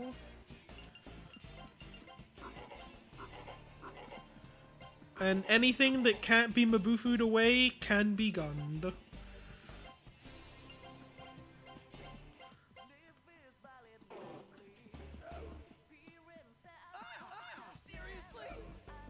Seriously, yeah.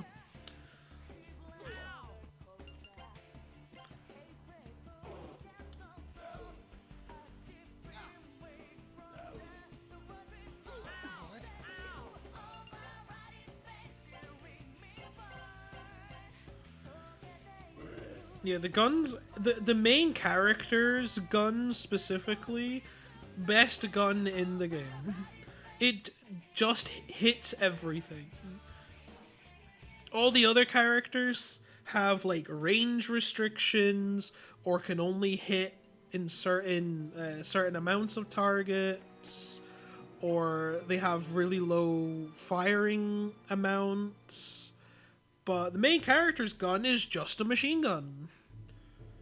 Like Nanjo is a rifle, it can only hit certain targets, like once each, I think it is. Maki is a handgun, which can only hit once each. It can only hit once per turn. Brown has an some machine gun as well, but Brown is just not good. And Mark has a shotgun, which has the highest damage, but also has really poor range. Like a traditional video game shotgun. It also has a really weird firing arc, where it's basically a reverse pyramid. So it's easier to hit targets that are further away from Mark than the targets that are right in front of Mark. Which is funny, because that's not how shotguns work.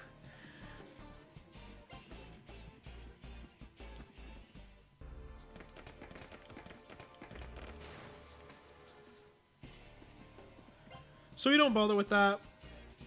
Main character's gun's the only one that matters.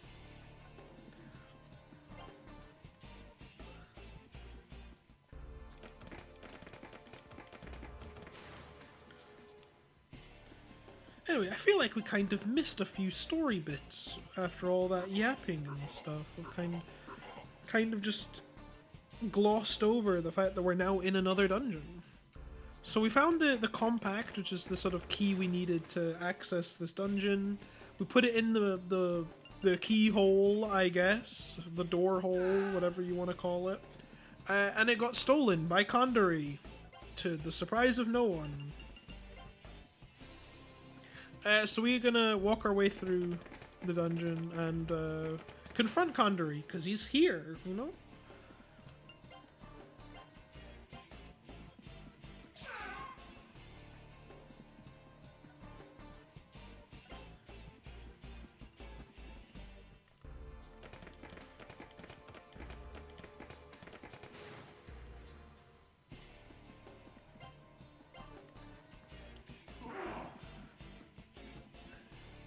The demon designs in this game are quite interesting. Like, a lot of them are I think a lot of them are actually exclusive to this game, which is quite interesting. So same with Persona designs as well. There's a lot of Persona designs that are exclusive to this game.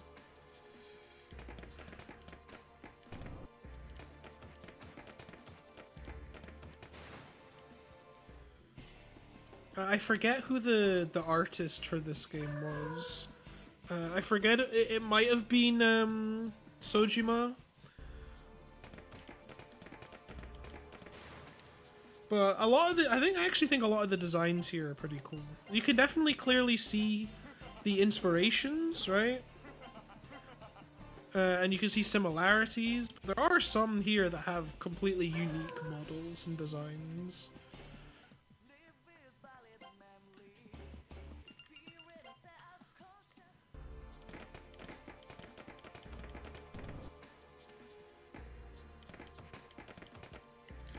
We have our obligatory save point here. Conveniently, just before the boss fight.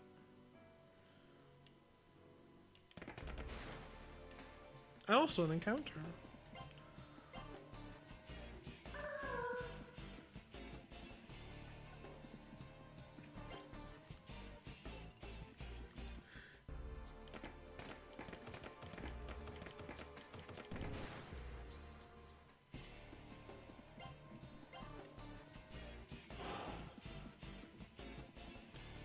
We've now finally made it to the end.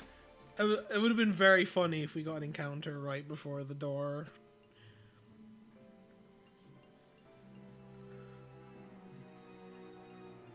Now we have another boss fight. You might think, oh, it's Kandari. We'll finally fight Kandari, right?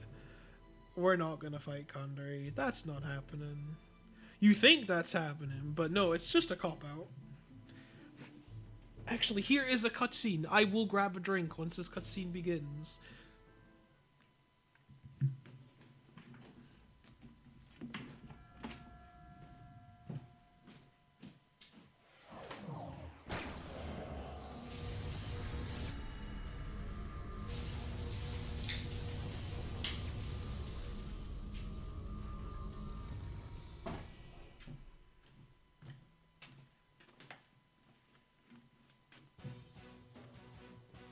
I came back just in time. Imagine that. So, in the real world, remember, we're not in the real world just now. We're in an alternate world. A giant pyramid has spawned in the middle of town. Weird how that one happens, huh? And now we have to fight a brain with legs.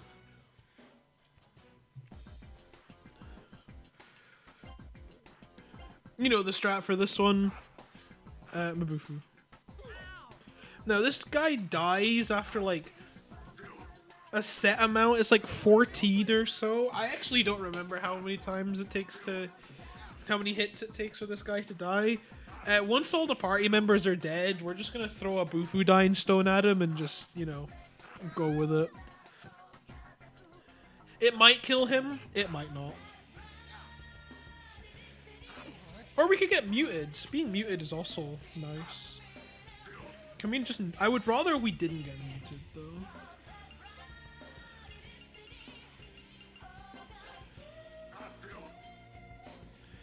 Yeah, it doesn't kill him. I don't remember how many times you're meant to hit him before he dies by the Bufudyne stone. So we just kind of do it, and then, you know, if it kills him, right? Anyway, he's dead. We get 102,000 XP from that one fight. Which is a lot of XP.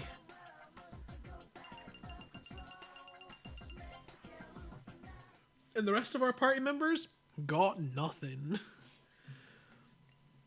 That is XP funneling at its finest, you know? And in the midst of the chaos of that boss fight, Kandari, you know, slipped away, like you would expect him to. Now we're gonna throw up a spooky warning for the people that don't like spooky things. We're gonna go to a haunted mansion. I know, the thought of that is very scary.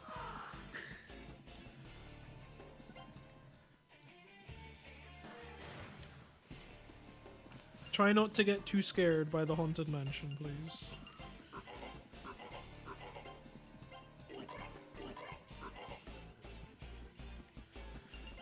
I'm gonna change my form. We're gonna put main character in the back row. This allows him to use his gun and hit everything. Which we want to because these guys are in the way.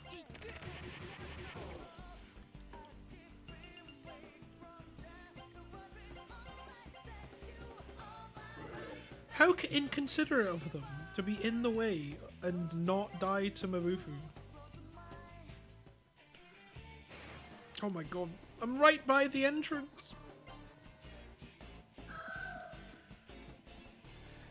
By the end of this dungeon, we also ideally want to be max level with Pixie for the third time. Ideally. Because this next dungeon after this one is where we do our final latent resurrection. So fingers crossed. We should be level 7. Considering we haven't leveled up in a while, we should be level 7. And if we get enough encounters, then I won't have to stall.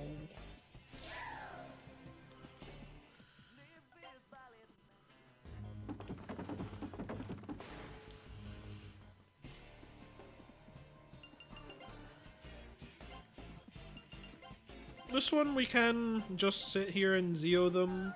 The Sumizomes, the ones in the Yukatas, they repel ice and hurt a lot actually, so we'll just Zeo all of these guys just to farm out a few extra skill activations. Not that we strictly need to. I've never, in all the time I've been running, I've never really ran into the issue of being too good or having not enough encounters in which I don't level up to max. But I take the opportunity where I can, right? You might as well.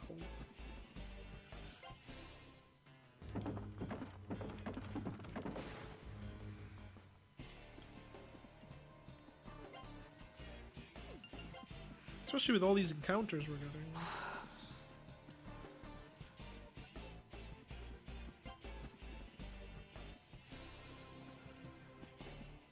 Our poor party members, they're level 21. We're like 43 or something by now.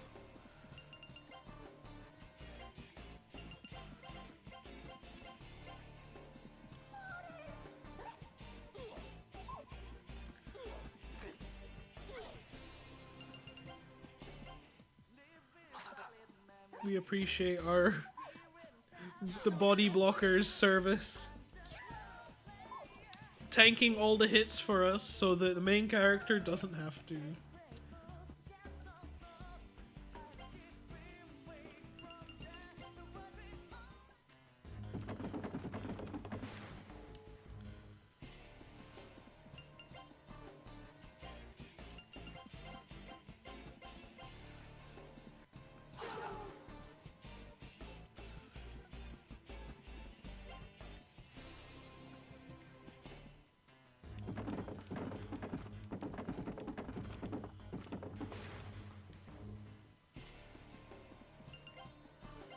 Yeah, we got some spooky paintings. Woo, boo. It's late at night. It's like, I don't know, 3 a.m. or something. Might as well have a little bit of fun with it, you know? It is actually, yes, 3:14 a.m. in the good old UK.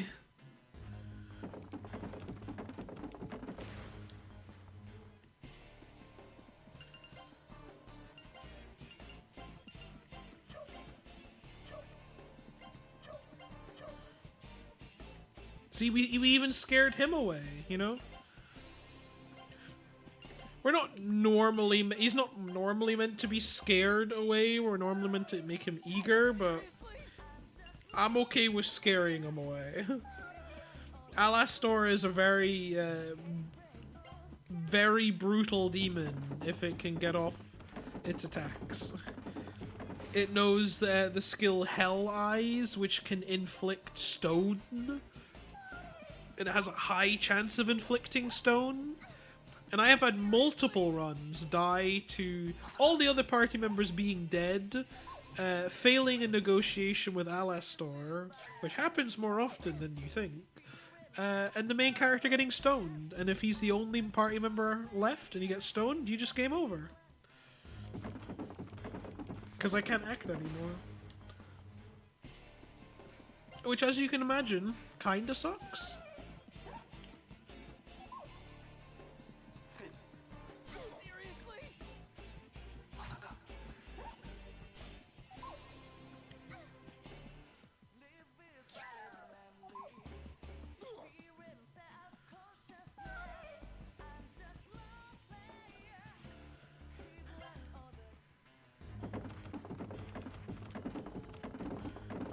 We are almost done. We're just coming up to the end of the Haunted Mansion.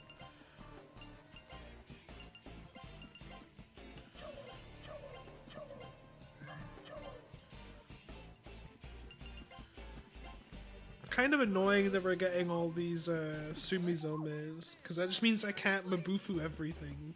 Otherwise, I will kill myself. It has happened.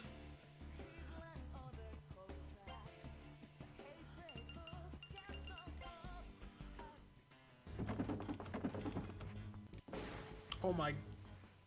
Okay, game. Game is just messing with me now. I accidentally overstepped. Got into an encounter.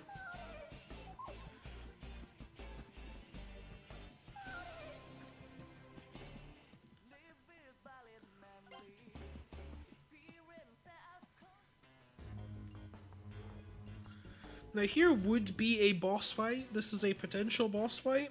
You can skip it, and we're going to, because it's slow to fight an optional boss. This demon is just Maki's mom, but as a demon. I don't know why she turns into a demon. She just kinda does. What can I say?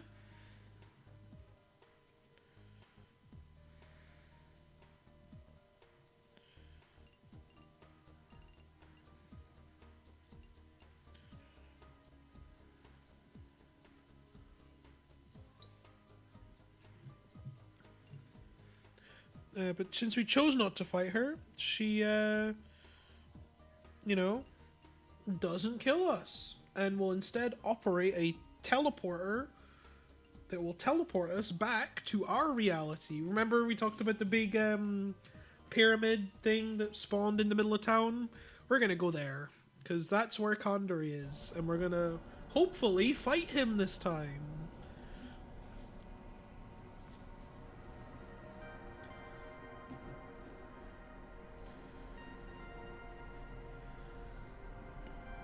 Another little cutscene.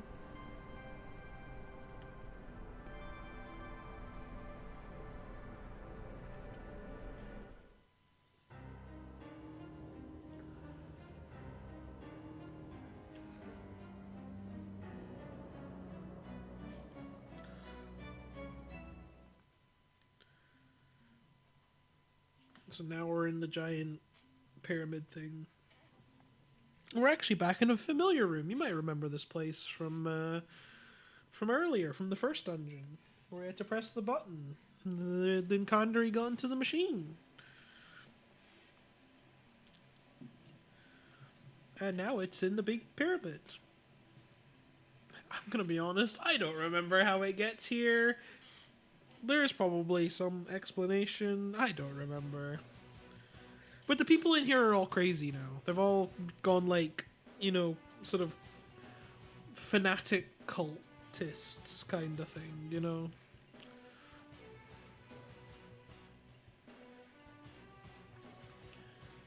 And apparently Maki's got something to do with it. She's apparently important to this Deva system. I wonder why. We'll find out later. First things first, we're going to go into the Velvet Room. We're going to do a little persona swapperoo. We're going to save and reset the game, but first I have to change my layout first. So we'll just use a new formation. We will move everyone. Where's Mark? I do want everyone else to be healed. I kind of wish Maki wasn't healed. I kind of wish she was lower health, but... Because what we're going to do here is we're going to do another manip. But this one is the most inconsistent one. This was very much kind of slapped together and just kind of works. And worked enough that I was able to get my record with it, but not consistent in the slightest. It's all got something to do with Maki leveling up and not dying when she's supposed to, which is very odd behavior. So, guard, she's gonna Mabufu this encounter. She's gonna level up, but she's already full health, so I don't think it's gonna change much. The problem is, she needs to die during the next encounter, and she's not going to die on the first turn, which is the problem. We kind of want her to die on the first turn, And I actually don't really know why this one is as finicky as it is. It shouldn't be. That one just didn't even work. Like, she is meant to, yes, die instantly and then instantly revive herself, and she just didn't. I don't know why. So we're gonna have to do this the old-fashioned way, unfortunately. Where the main character is just gonna spam revivals until she hits the 25. So we're at, what is it, 3? This is our 4th death. 4, there we go. It was statistically correct. And she died again anyway. I kind of want her to die, or to not die, is kind of nice. Also, not being stuck in a shock loop would also be kind of nice.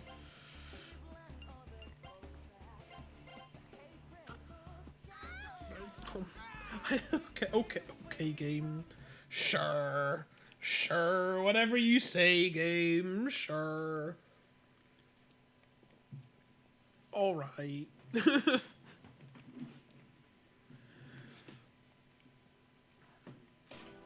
That can happen.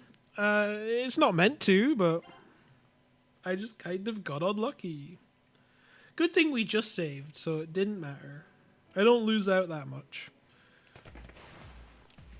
But you can kind of see what I mean. Normally, she would die on the first turn, and that would be it. Like, we'd be done, and be able to progress with the rest of the dungeon. But no. She just has to be full health. She just has to have leveled up and, you know, ruin everything.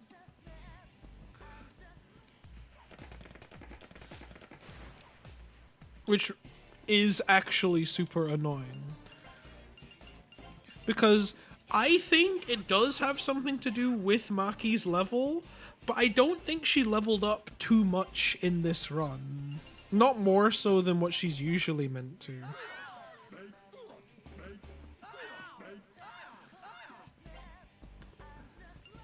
So, due to the nature of, as I said, the game resetting at the same seed, the exact same things are going to happen. If we repeat this loop. If I repeat the same actions, the same things will happen.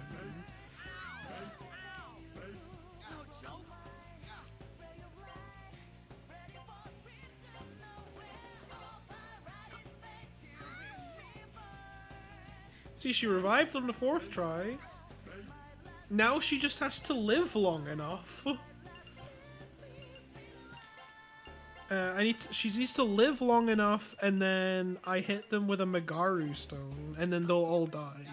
It's just a case of getting them to live long enough.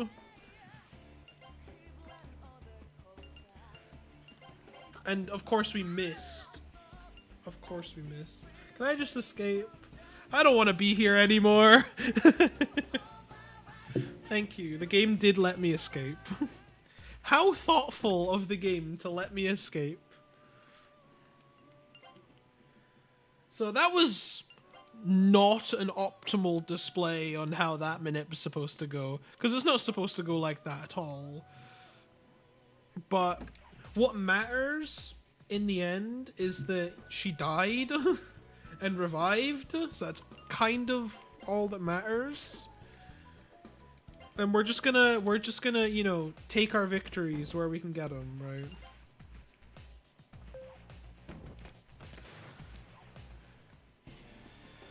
And now we can just, you know, continue with the dungeon. There, we actually do buy a clean salt, which is an Astoma item. We're not using it here, unfortunately, but it's just conveniently the first place we get it.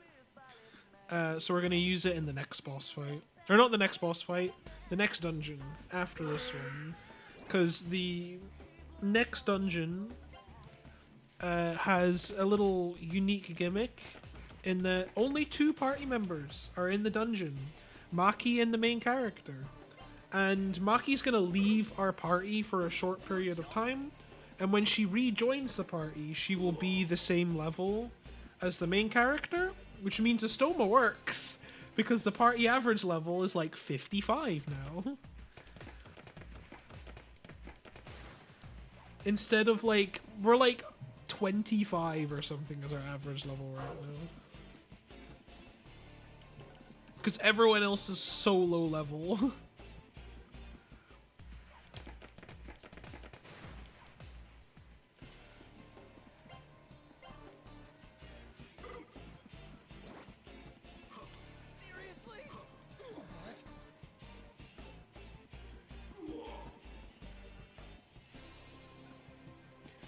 We salute our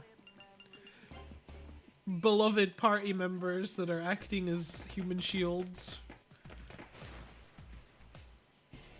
They don't deserve the abuse I'm putting them through, truly. Seriously?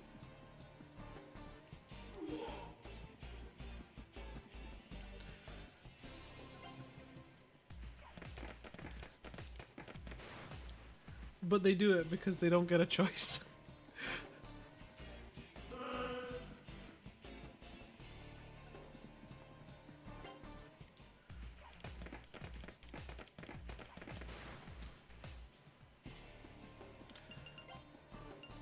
Oh, no, no, no, no, no. That's the... We want to condescend. We don't want to... So Alistors are not sarcasm enjoyers. They're, scary is what they are. Seriously?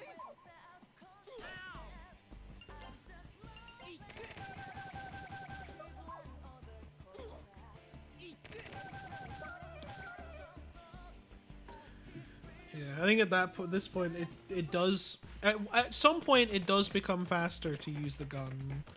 Like, menuing-wise, it's just one down from the auto-battler, so... It does just become easier eventually. Nope.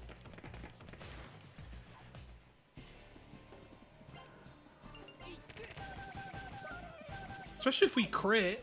That would be nice. Because the crit do like 3 times as much damage.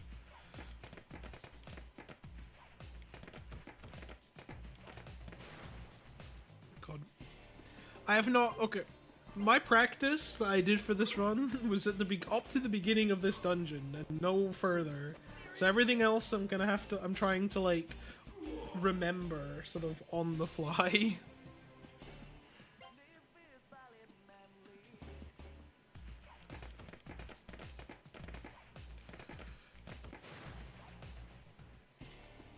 So hopefully I don't get lost. That would suck.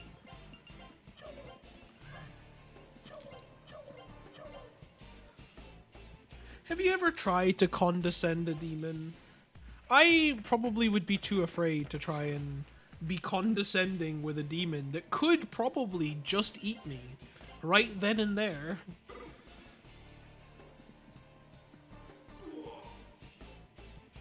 But Nanjo's just built different.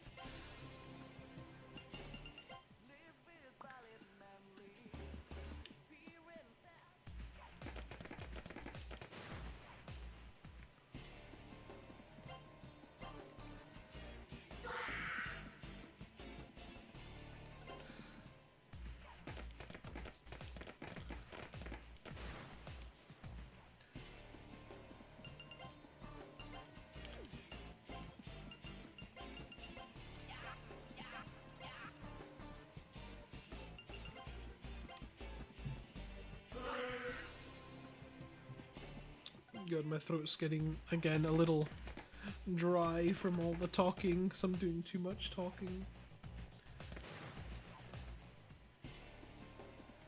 I think you can just appreciate the music just now. You know, the, like, beginning 15 seconds of Lone Prayer. And the beginning 20 seconds of the Deva Yuga dungeon theme.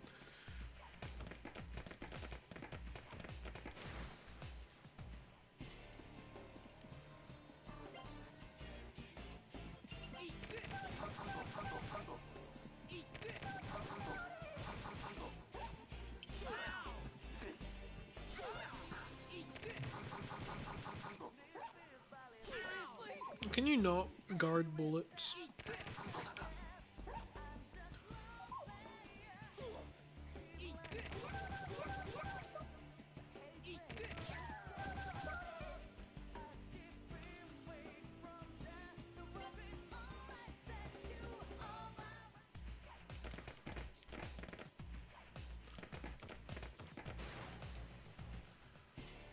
But we're really getting into like uncharted territory. I don't remember where I am. Like I know where I am, but it's been a while since I've gone through this bit.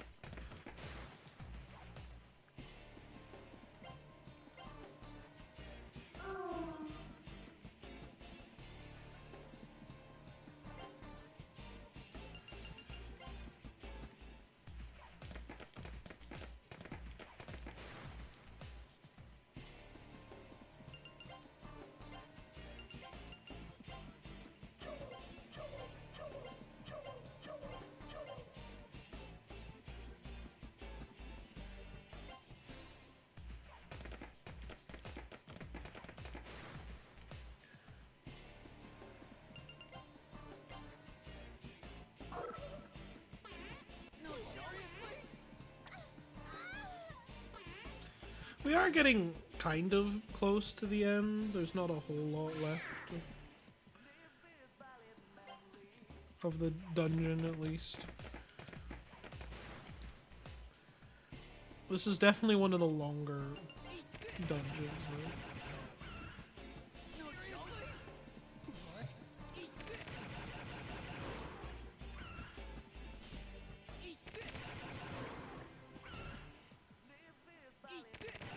Believe it or not, the ice-looking dragon drains ice.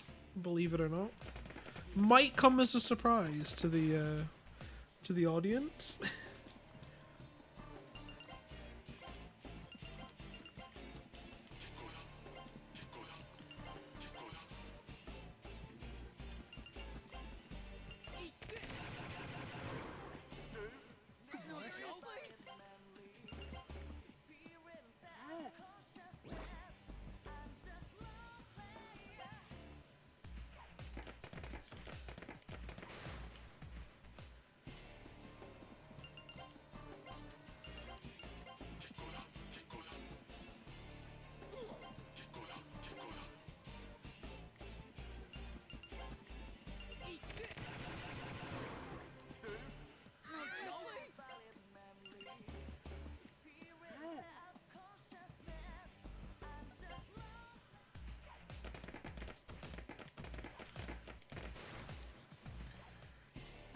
Okay, we're on the second to last floor, and now we've got some switches. Remember earlier we had to pull a lever in an underground basement? We have to do that again, but this time it unlocks a hole in the floor that we can use to get to the boss.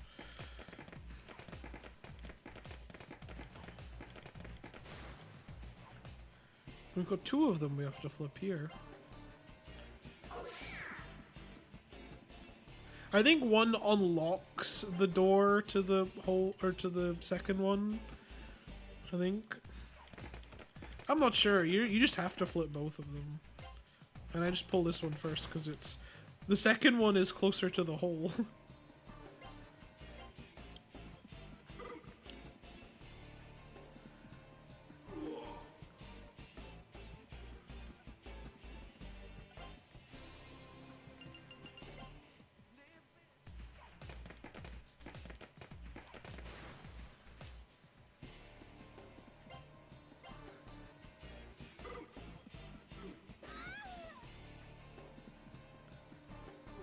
The one unfrozen guy just takes a swing at Maki. How unfortunate. That's what she gets for being at 1 HP the whole time, though, and that's because I actively choose not to heal her.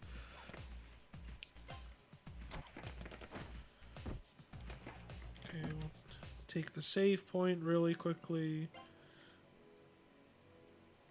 Because this boss fight that we're coming up to, usually not a problem. It does, however, have one move that can be very scary. The final the boss of this dungeon does know the skill Maziodyne, and Maziodyne does have a relatively high chance to shock. So if it hits the main character and shocks him, we are probably dead. Because it also does weak damage, so he takes a lot of damage from it.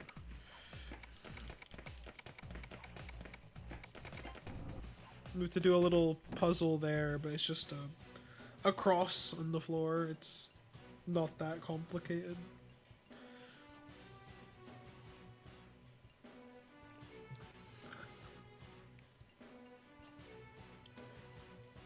And now we get to fight Kandori. We finally cornered him at the end.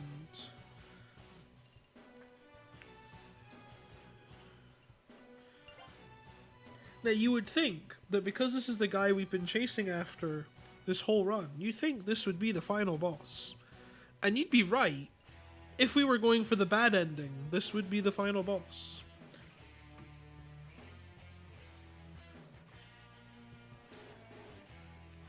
However, we are not.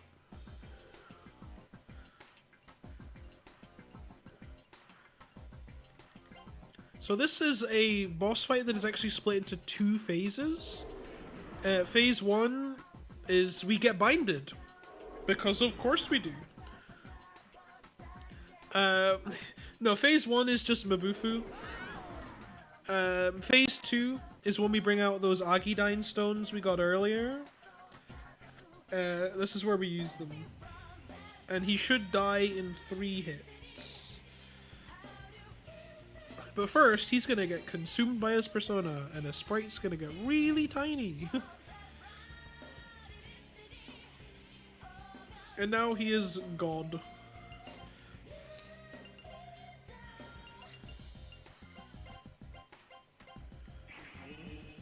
So, he dies in 3, and hopefully kills everyone. He didn't hit Nanjo for like 2,000 damage. That's a lot of damage. We do want everyone else to die so we can get 167,000 XP. That is the main reason. Because, you know, big experience number. What can we say? And with that, we have now defeated the big bad guy. Yippee! Woo! The game's over now, right? Well, as we mentioned before the boss fight, no. As Kandori lies there dying on the ground, basically tells us the sort of the truth of this Maki, because this is not the real Maki. You might remember from the beginning of the run, Maki's in hospital in the start of the game. This is what they call the ideal Maki, the version of her that she wants to be, or she considers herself the ideal version. But obviously she can't be because she's stuck in hospital and is really sick.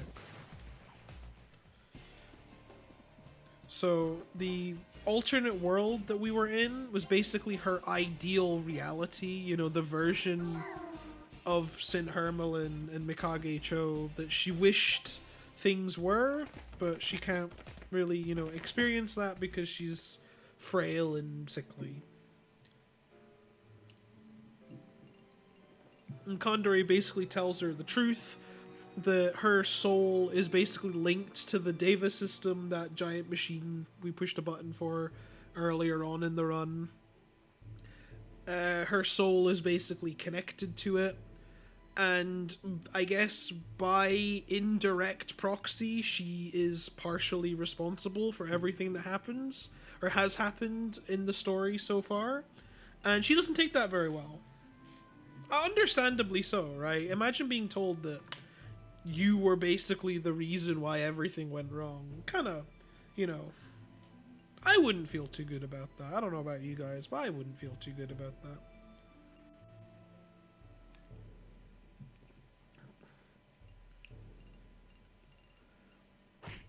And the ideal Maki has now pretty much returned to her world, abandoning us. But, you know, we kind of need the ideal Maki. She's kind of important. She is the sort of the reason that we'll be able to, you know, beat the real final boss.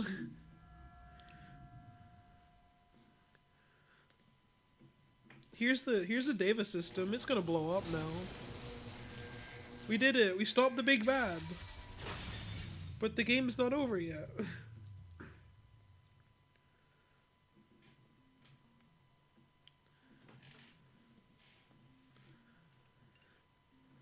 And now the machine is gone and Kandari's dead, we're basically now stuck in the real world. We couldn't go back to go and find Maki in the ideal world because our connection is gone now. Which is pretty unfortunate because we kind of need the ideal Maki. She's kind of important. However, conveniently, there's compacts being left around. Someone just littered compacts in the hospital room, which is a bit inconsiderate if you ask me.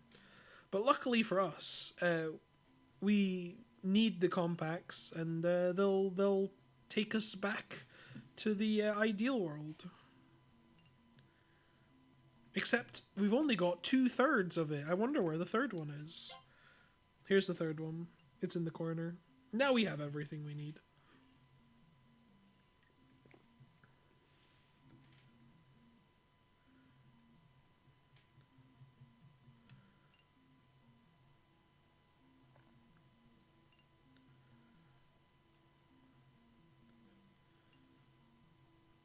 It's a perfect fit, and now we all get taken back to the ideal world. And we search for Maki, who has gone and locked herself up in the Lost Forest. You remember the Lost Forest from earlier, right? Yeah, she's back there now. Except she's even deeper in the Lost Forest. There's a second half to the Lost Forest that we didn't see before.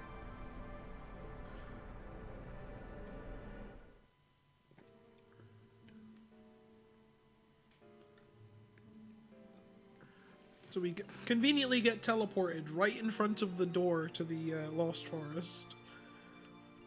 And Maki's mom's here as well. I think she...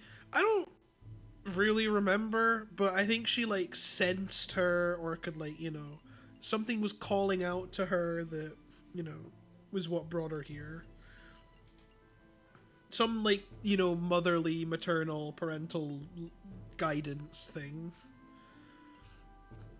So she's going to tag along with us. She is not a party member. She's a figment of your imagination. She kind of isn't there, but is at the same time.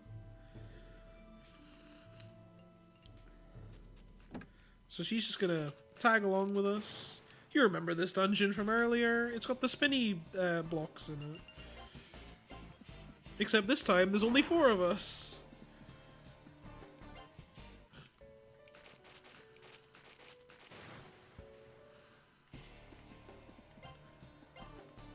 And a lot of these guys are the same guys from earlier, so we don't really have to worry too much about killing these guys.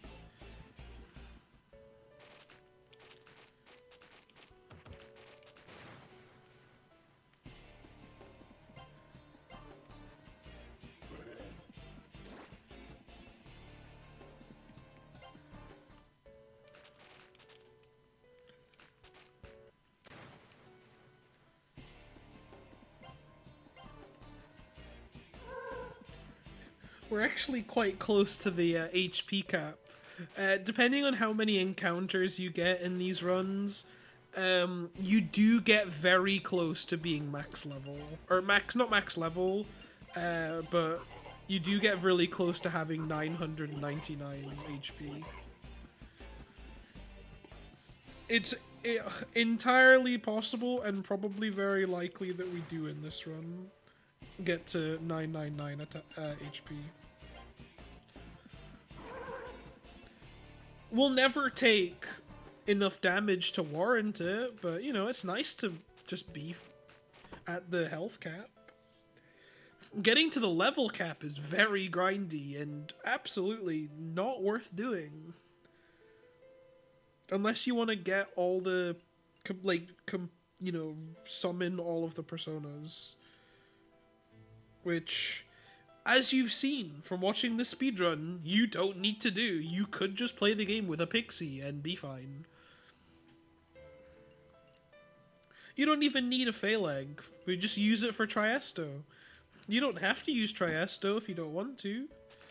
It's probably a good idea that you do, but you don't have to.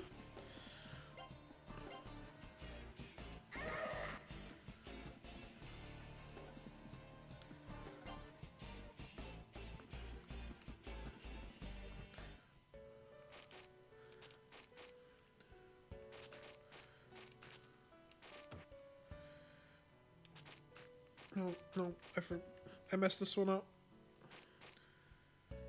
This one is weird because it's 2 back-to-back. It is one I always fumble with that one. Simply just because it's 2 back-to-back, really. If it was just one, it wouldn't be that bad.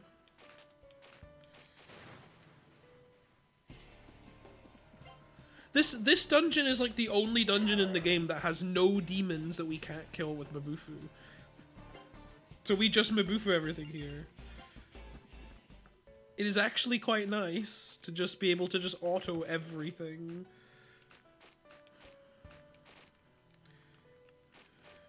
Now this upcoming one is actually, we've got like a little invisible maze thing with invisible paths. And one-way blocks that will push us in the wrong direction.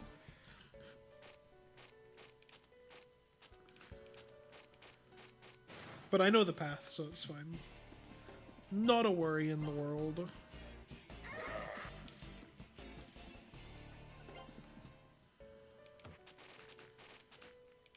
And I was gonna say, in this room here is Maki. We got an encounter, though.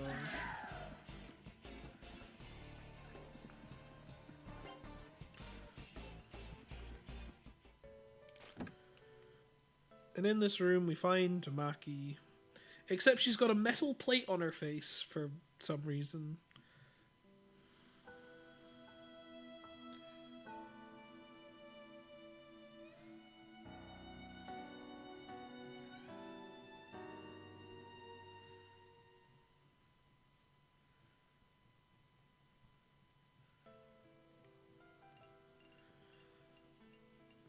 And she's just, you know, hiding behind the metal mask. We tell her, you know, stop doing that. That's kind of lame. And then the mask falls off. It just disappears. You know, we were like, yeah, you shouldn't do that. That's bad. And then all of a sudden the mask falls off. Something like that. You know, the classic Persona thing. You're not me. I don't know. I don't remember the dialogue. I turbo through all this. Do you think I remember? But now she's rejoined our party. But the best part about the fact that she left and rejoined the party is she's now at our level. So she's like level 55 or something now. Oh. I did not want to talk to you.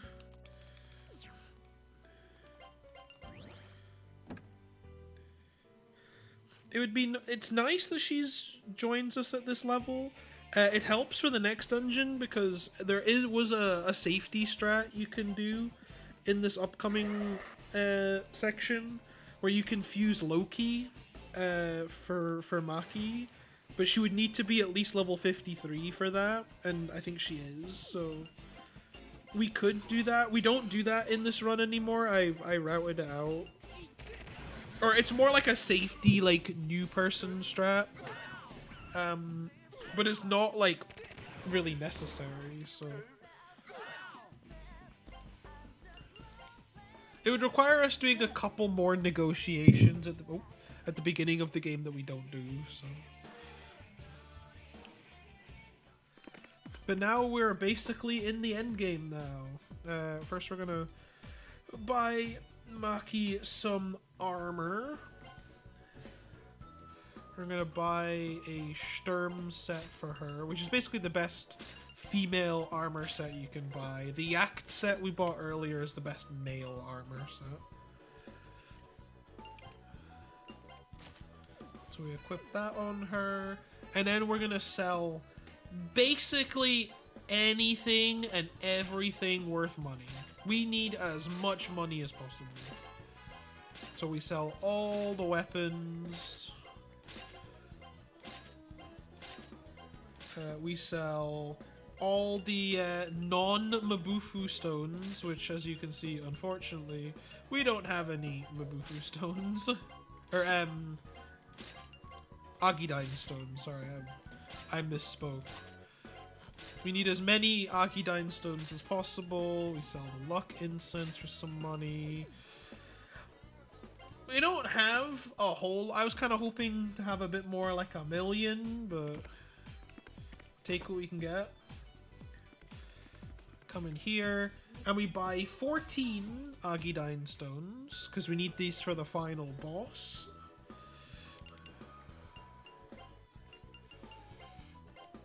And then we buy as many magic guards as possible, and by as many, I mean 35, which is actually a decent amount.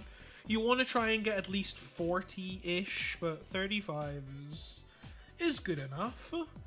I don't remember what moon phase we're on. Yeah, I'm gonna just sit here until we get to new moon.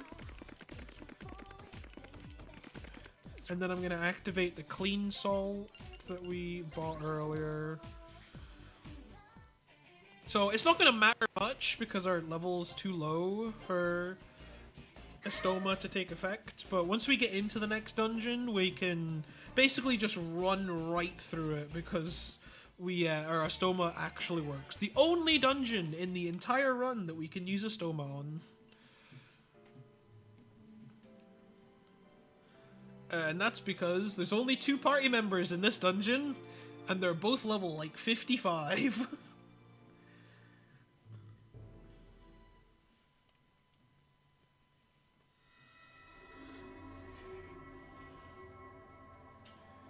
Here's Philemon again. You remember him from earlier, right? I see my faith in you was not misplaced. The Elia cavern behind this shrine leads to the sea of all mankind's souls. All souls are born there, and someday return there. Maki Sanamura's soul is about to return to that sea right now. It calls for you, and for her ideal self. Now go. Only those who have been called may enter that cavern. Work together to help the lost soul. I think he did a pretty good explanation for me. I don't think I even really need to bother explaining, right? Basically, to TLDR, I guess, is we're gonna go and rescue the real Maki's soul before it basically disappears, is the idea.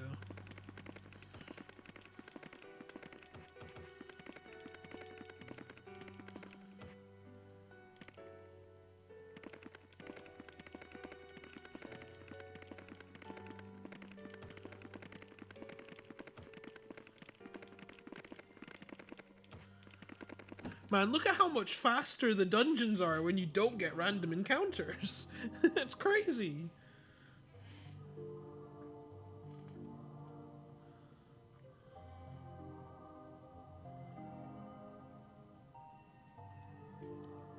Like, there is, I think, one encounter we can get because it's like level 56 or something, so we're just a little under. But luckily we didn't get it.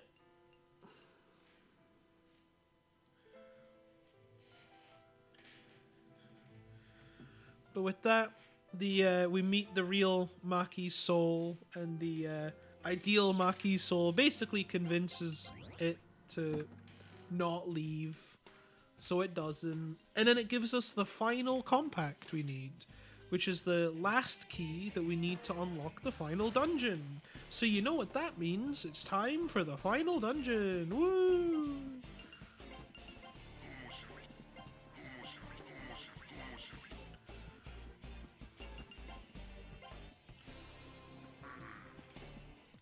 I think we're actually doing pretty good on time as well. I don't see the timer on screen or anything, but I just have a good feeling. It's not going to be PB or anything because I died. Definitely not, because my PB is actually kind of good, but it is at the very least going to be a good run.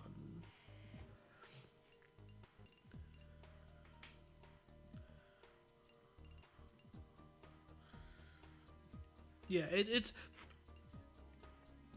like we're definitely finishing. If I was to guess, like a ballpark estimate, probably 250, probably, which is really good. It's a really solid time.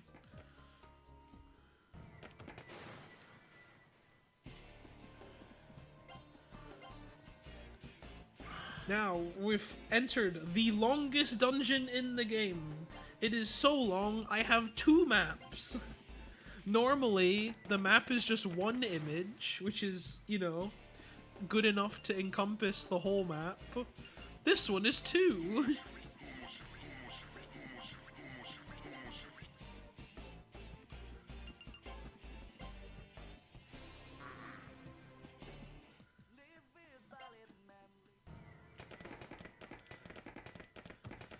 And as such, we'll be here a while. There's a lot of encounters. We'll have a lot of encounters here. Imagine if we... Like, our stoma's still active. Imagine if it worked. It would be so worth the menuing every, you know, moon cycle, right?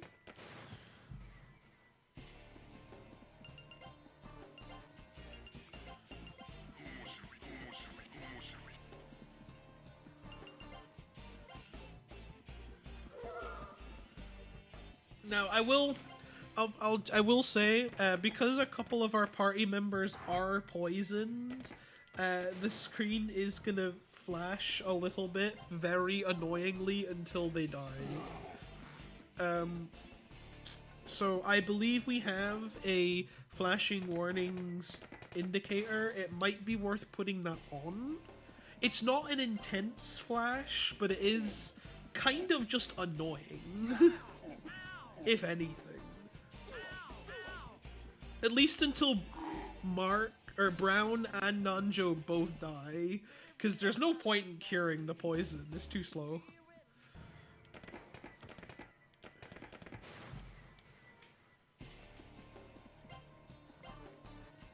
Like, they'll die eventually. See, one of them's dead now. And the ultimate cure to poison is death. Apparently. I'm sure there's a metaphor or something in there, but I'm not sure. It's like 4 in the morning, man. You're not getting any deep philosophical insight out of me.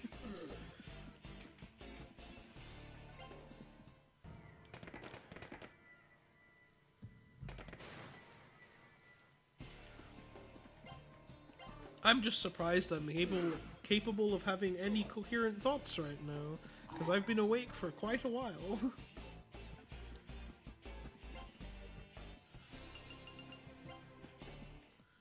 We're very close, actually, to the HP cap. We're at, what, 988 now? So if we level up again, we will be at 999 HP. Which probably will happen with all the encounters we get.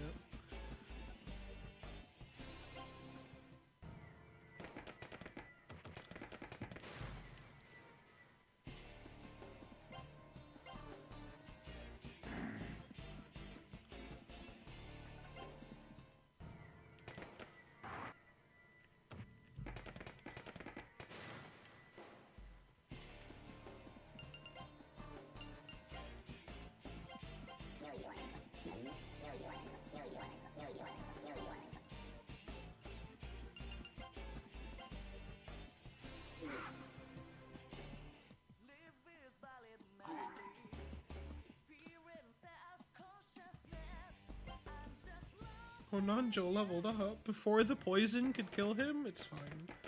We're no longer poisoned, so it's fine.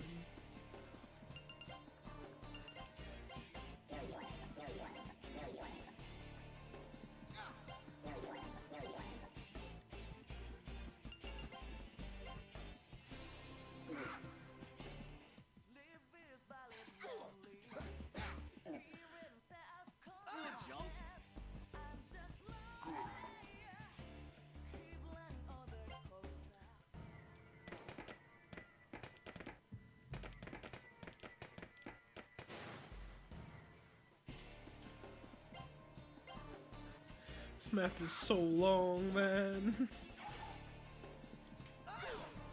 Imagine how a casual player must feel trying to navigate this dungeon.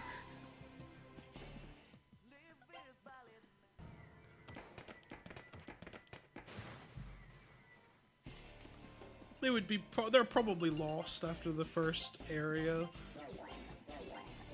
They've not even made it here yet.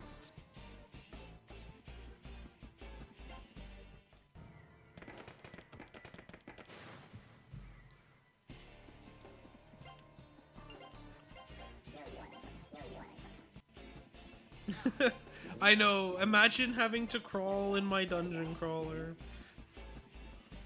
You hate to see it. You hate to see it.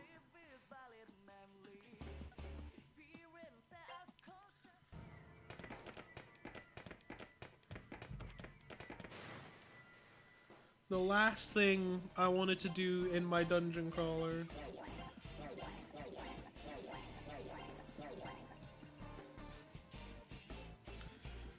Dude, imagine if we had SMT1 Estoma. That would be very nice. I would love SMT1 Estoma in this game. That would make my life so much easier, man. Because at that point, you would just have to, like... Because I think the XP you get from boss encounters is more than enough to beat the game. I'm fairly confident in that. So it would just be, all you'd have to do is do 3 latent resurrections. You could probably manip them with if you tried hard enough. And then just Estoma your way through the rest of the game.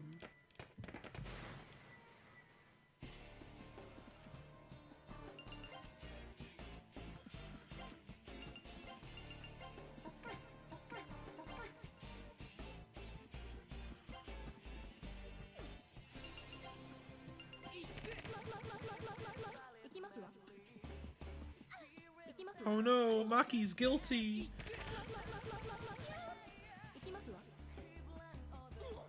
And Nanjo's guilty as well.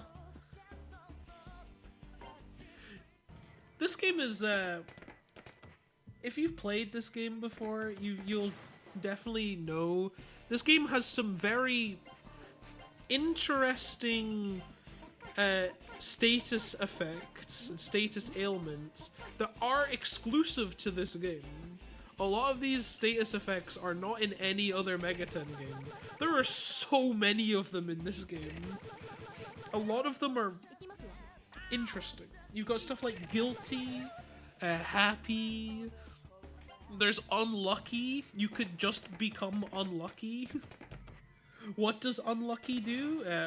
It lowers your luck stat. It's all it does.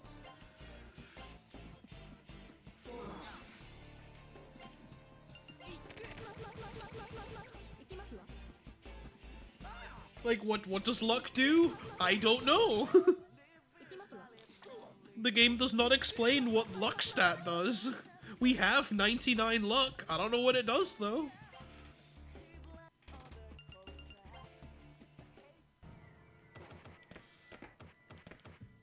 Where am I?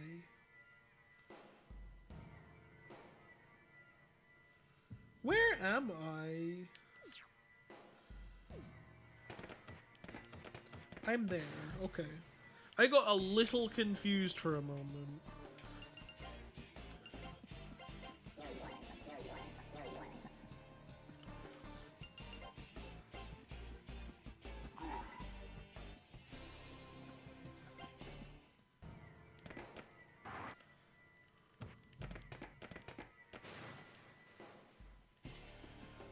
We are getting there though. Slowly but surely we're getting there.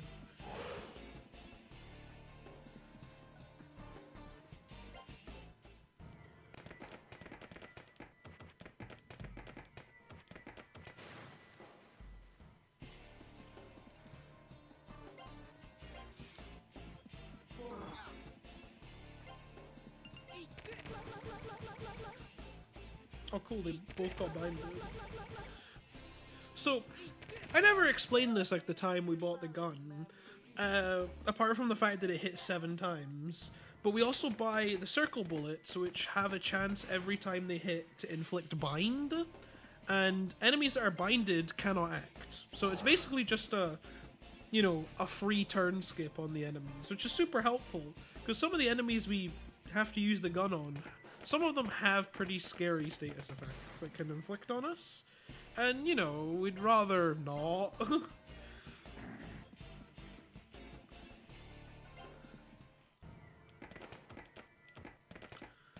We're going here. This is the final save point of the game.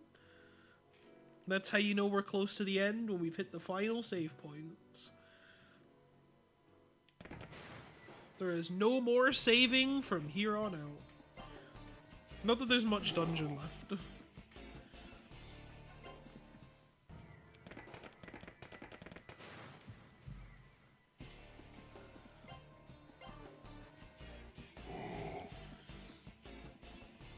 I will ask the lovely restreamer if you could throw up the flashing lights warning, because the last the last area of this dungeon, which we're coming up to, has damage floors, and the screen does flash red, quite annoyingly flash red every time we walk on them, and there's a lot of damage floors on the next area.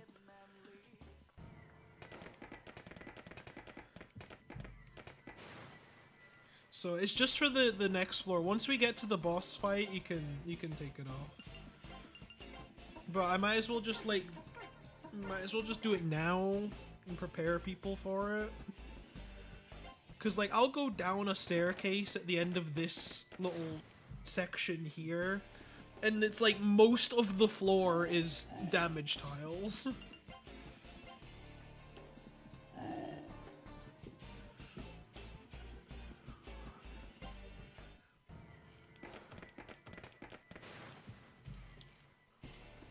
Like, I'm not even photosensitive, and I think they're super obnoxious. I feel bad for anyone that is photosensitive having to look at that.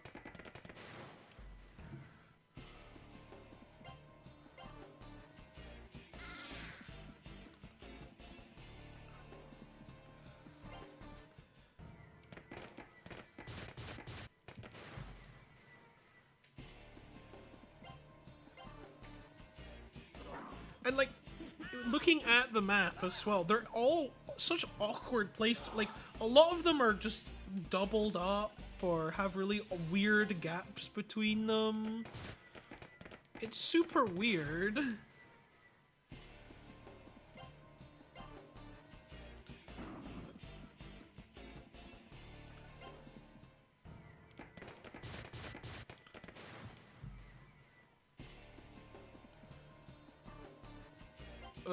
I forget this one. I think this one I can kill. Yeah, yeah, but they cast like Makara Karn or something. Yeah, but it's only for like a turn or something like that. Yeah, because it's like those ones repel gun, but they also can cast Makara Karn to block a, you know, magic attack. So sometimes you just can't hurt them.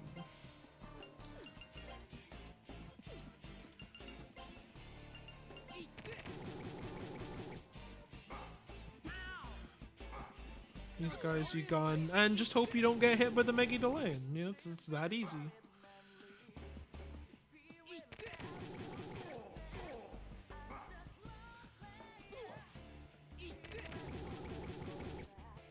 And if he's binded, he can't Mega Delane, which is why we have the bind bullets.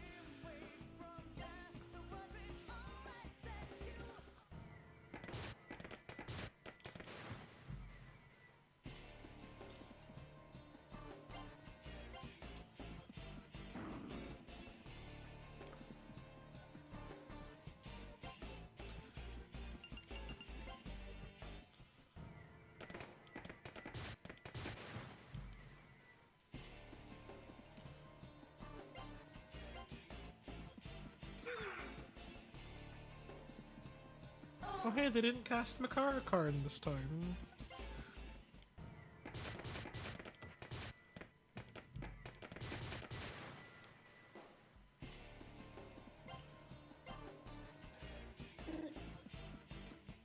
But hey, we are coming up to the final boss! Woo! In however many encounters it takes to walk from here to the door. Which hopefully is 0.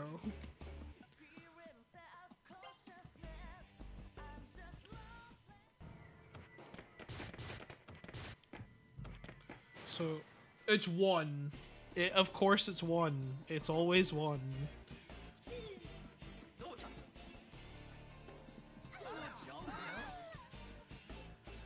For this boss fight, I know I said I wasn't going to heal my party members, and I know I said I don't care about the well-being of my party members. This is the one exception. I just need them to body block. That's all I need them for. So this is the final boss. This is Pandora. This amalgamation with Maki's face on it. Don't look too deep into it. It's not worth it. You're not going to find what you're looking for, and it's probably better that way. The we don't need the flashing lights warning anymore because we're now in the final boss. In case you want to turn it off. It is not Mara. No, believe it or not Mara. But this is the final boss. So, this has got 2 stages. This is stage 1. Stage 1, we just hit it with some Agidine stones until we got 10 left. And then I just shoot it with a machine gun until we get to phase 2.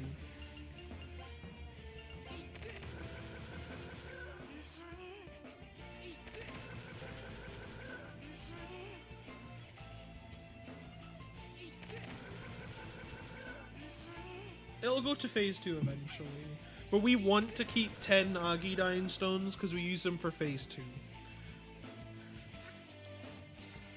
This is phase 2. Apparently Maki got stoned. I don't know when that happened.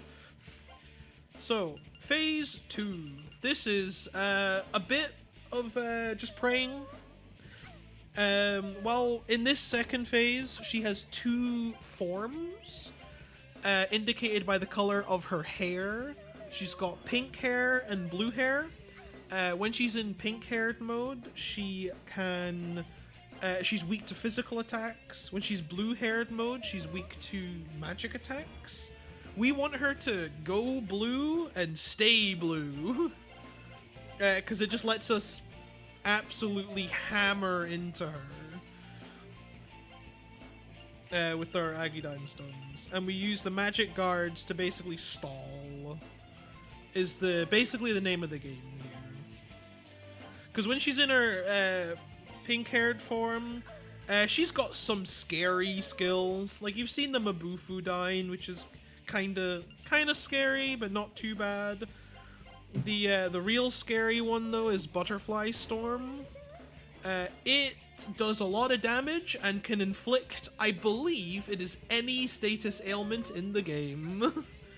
Or at the very least, a large amount of them.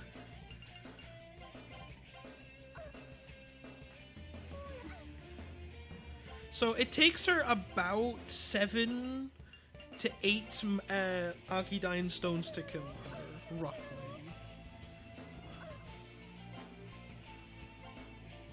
So, hopefully, you know, she plays nice. She's been playing nice so far.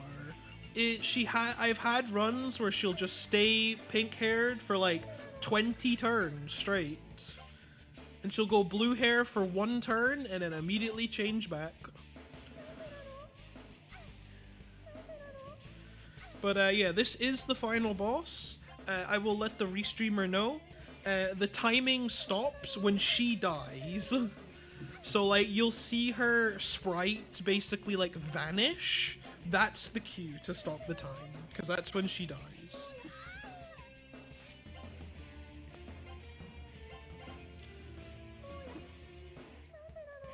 Maki dying, not amazing. I didn't want her to die.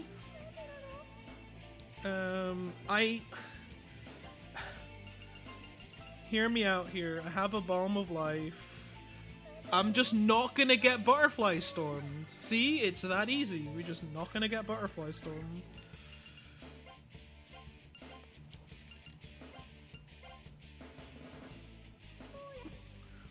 I'd also appreciate if she changed forms. That would be kind of nice.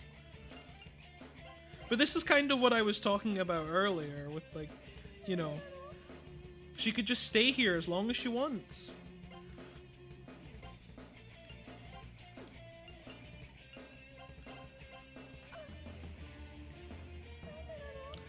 I would say we're about halfway through. Like, we could, in theory, speed this up by using Gun during her pink-haired phase, and with the main character's turn instead of the magical guard. The problem is, Maki's too slow. Like, Maki would have to spam the magic guards, and she's too slow.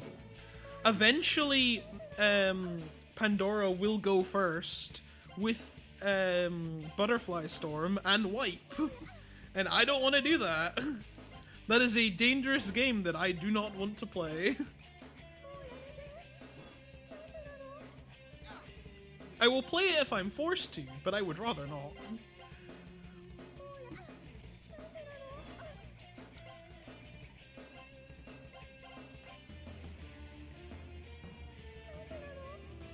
Blue hair. Turunda. Damn, it's not gonna do anything, but you know.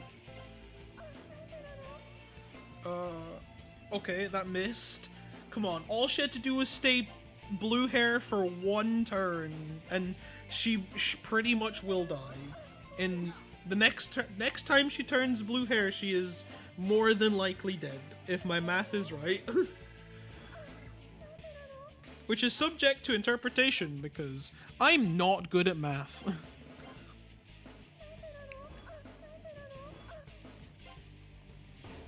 It was my worst subject in high school.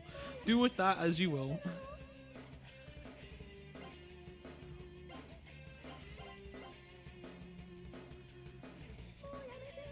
Oh, she healed herself for 300! But that should be her dead.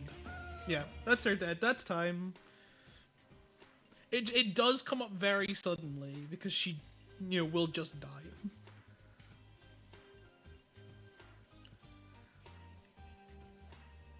But yeah, that is Shin Megami Tensei Persona.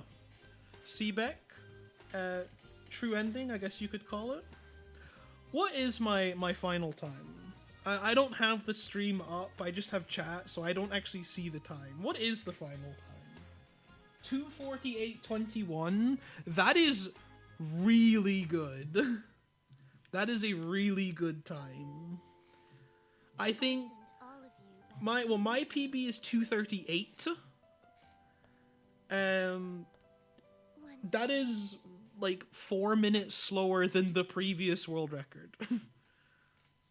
For a marathon run, in which I haven't ran this game since like early December, that is actually really good.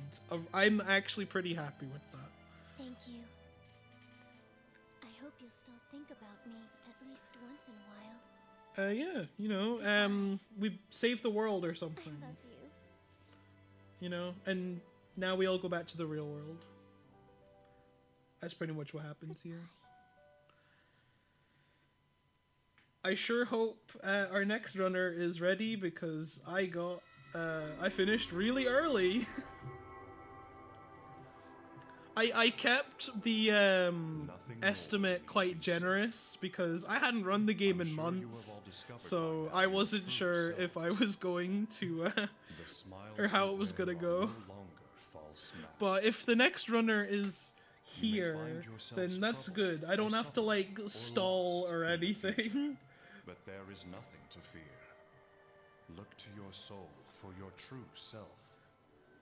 No matter what trials you may face. So I guess we'll give, you know, quick roundup and thank yous and such. Obviously shout outs to the Omega 10 speedrun community.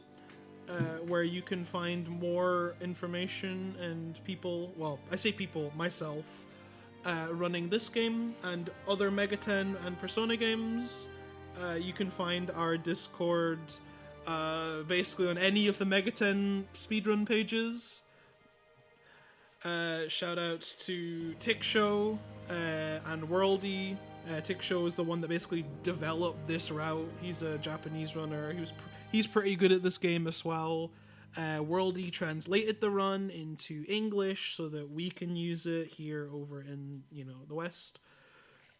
Shout outs to the event.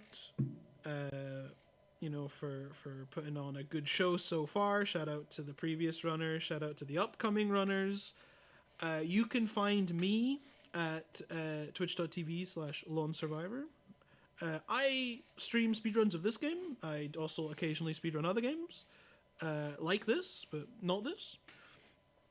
I was looking to dabble into the old Digital Devil saga soon, so maybe next time. As for this event, you'll see me on, I think it is Saturday, like Saturday afternoon, if you live in the UK, which I unfortunately do, with Shin Megami Tensei, the original on the Super Famicom. That's a really cool glitch-heavy run.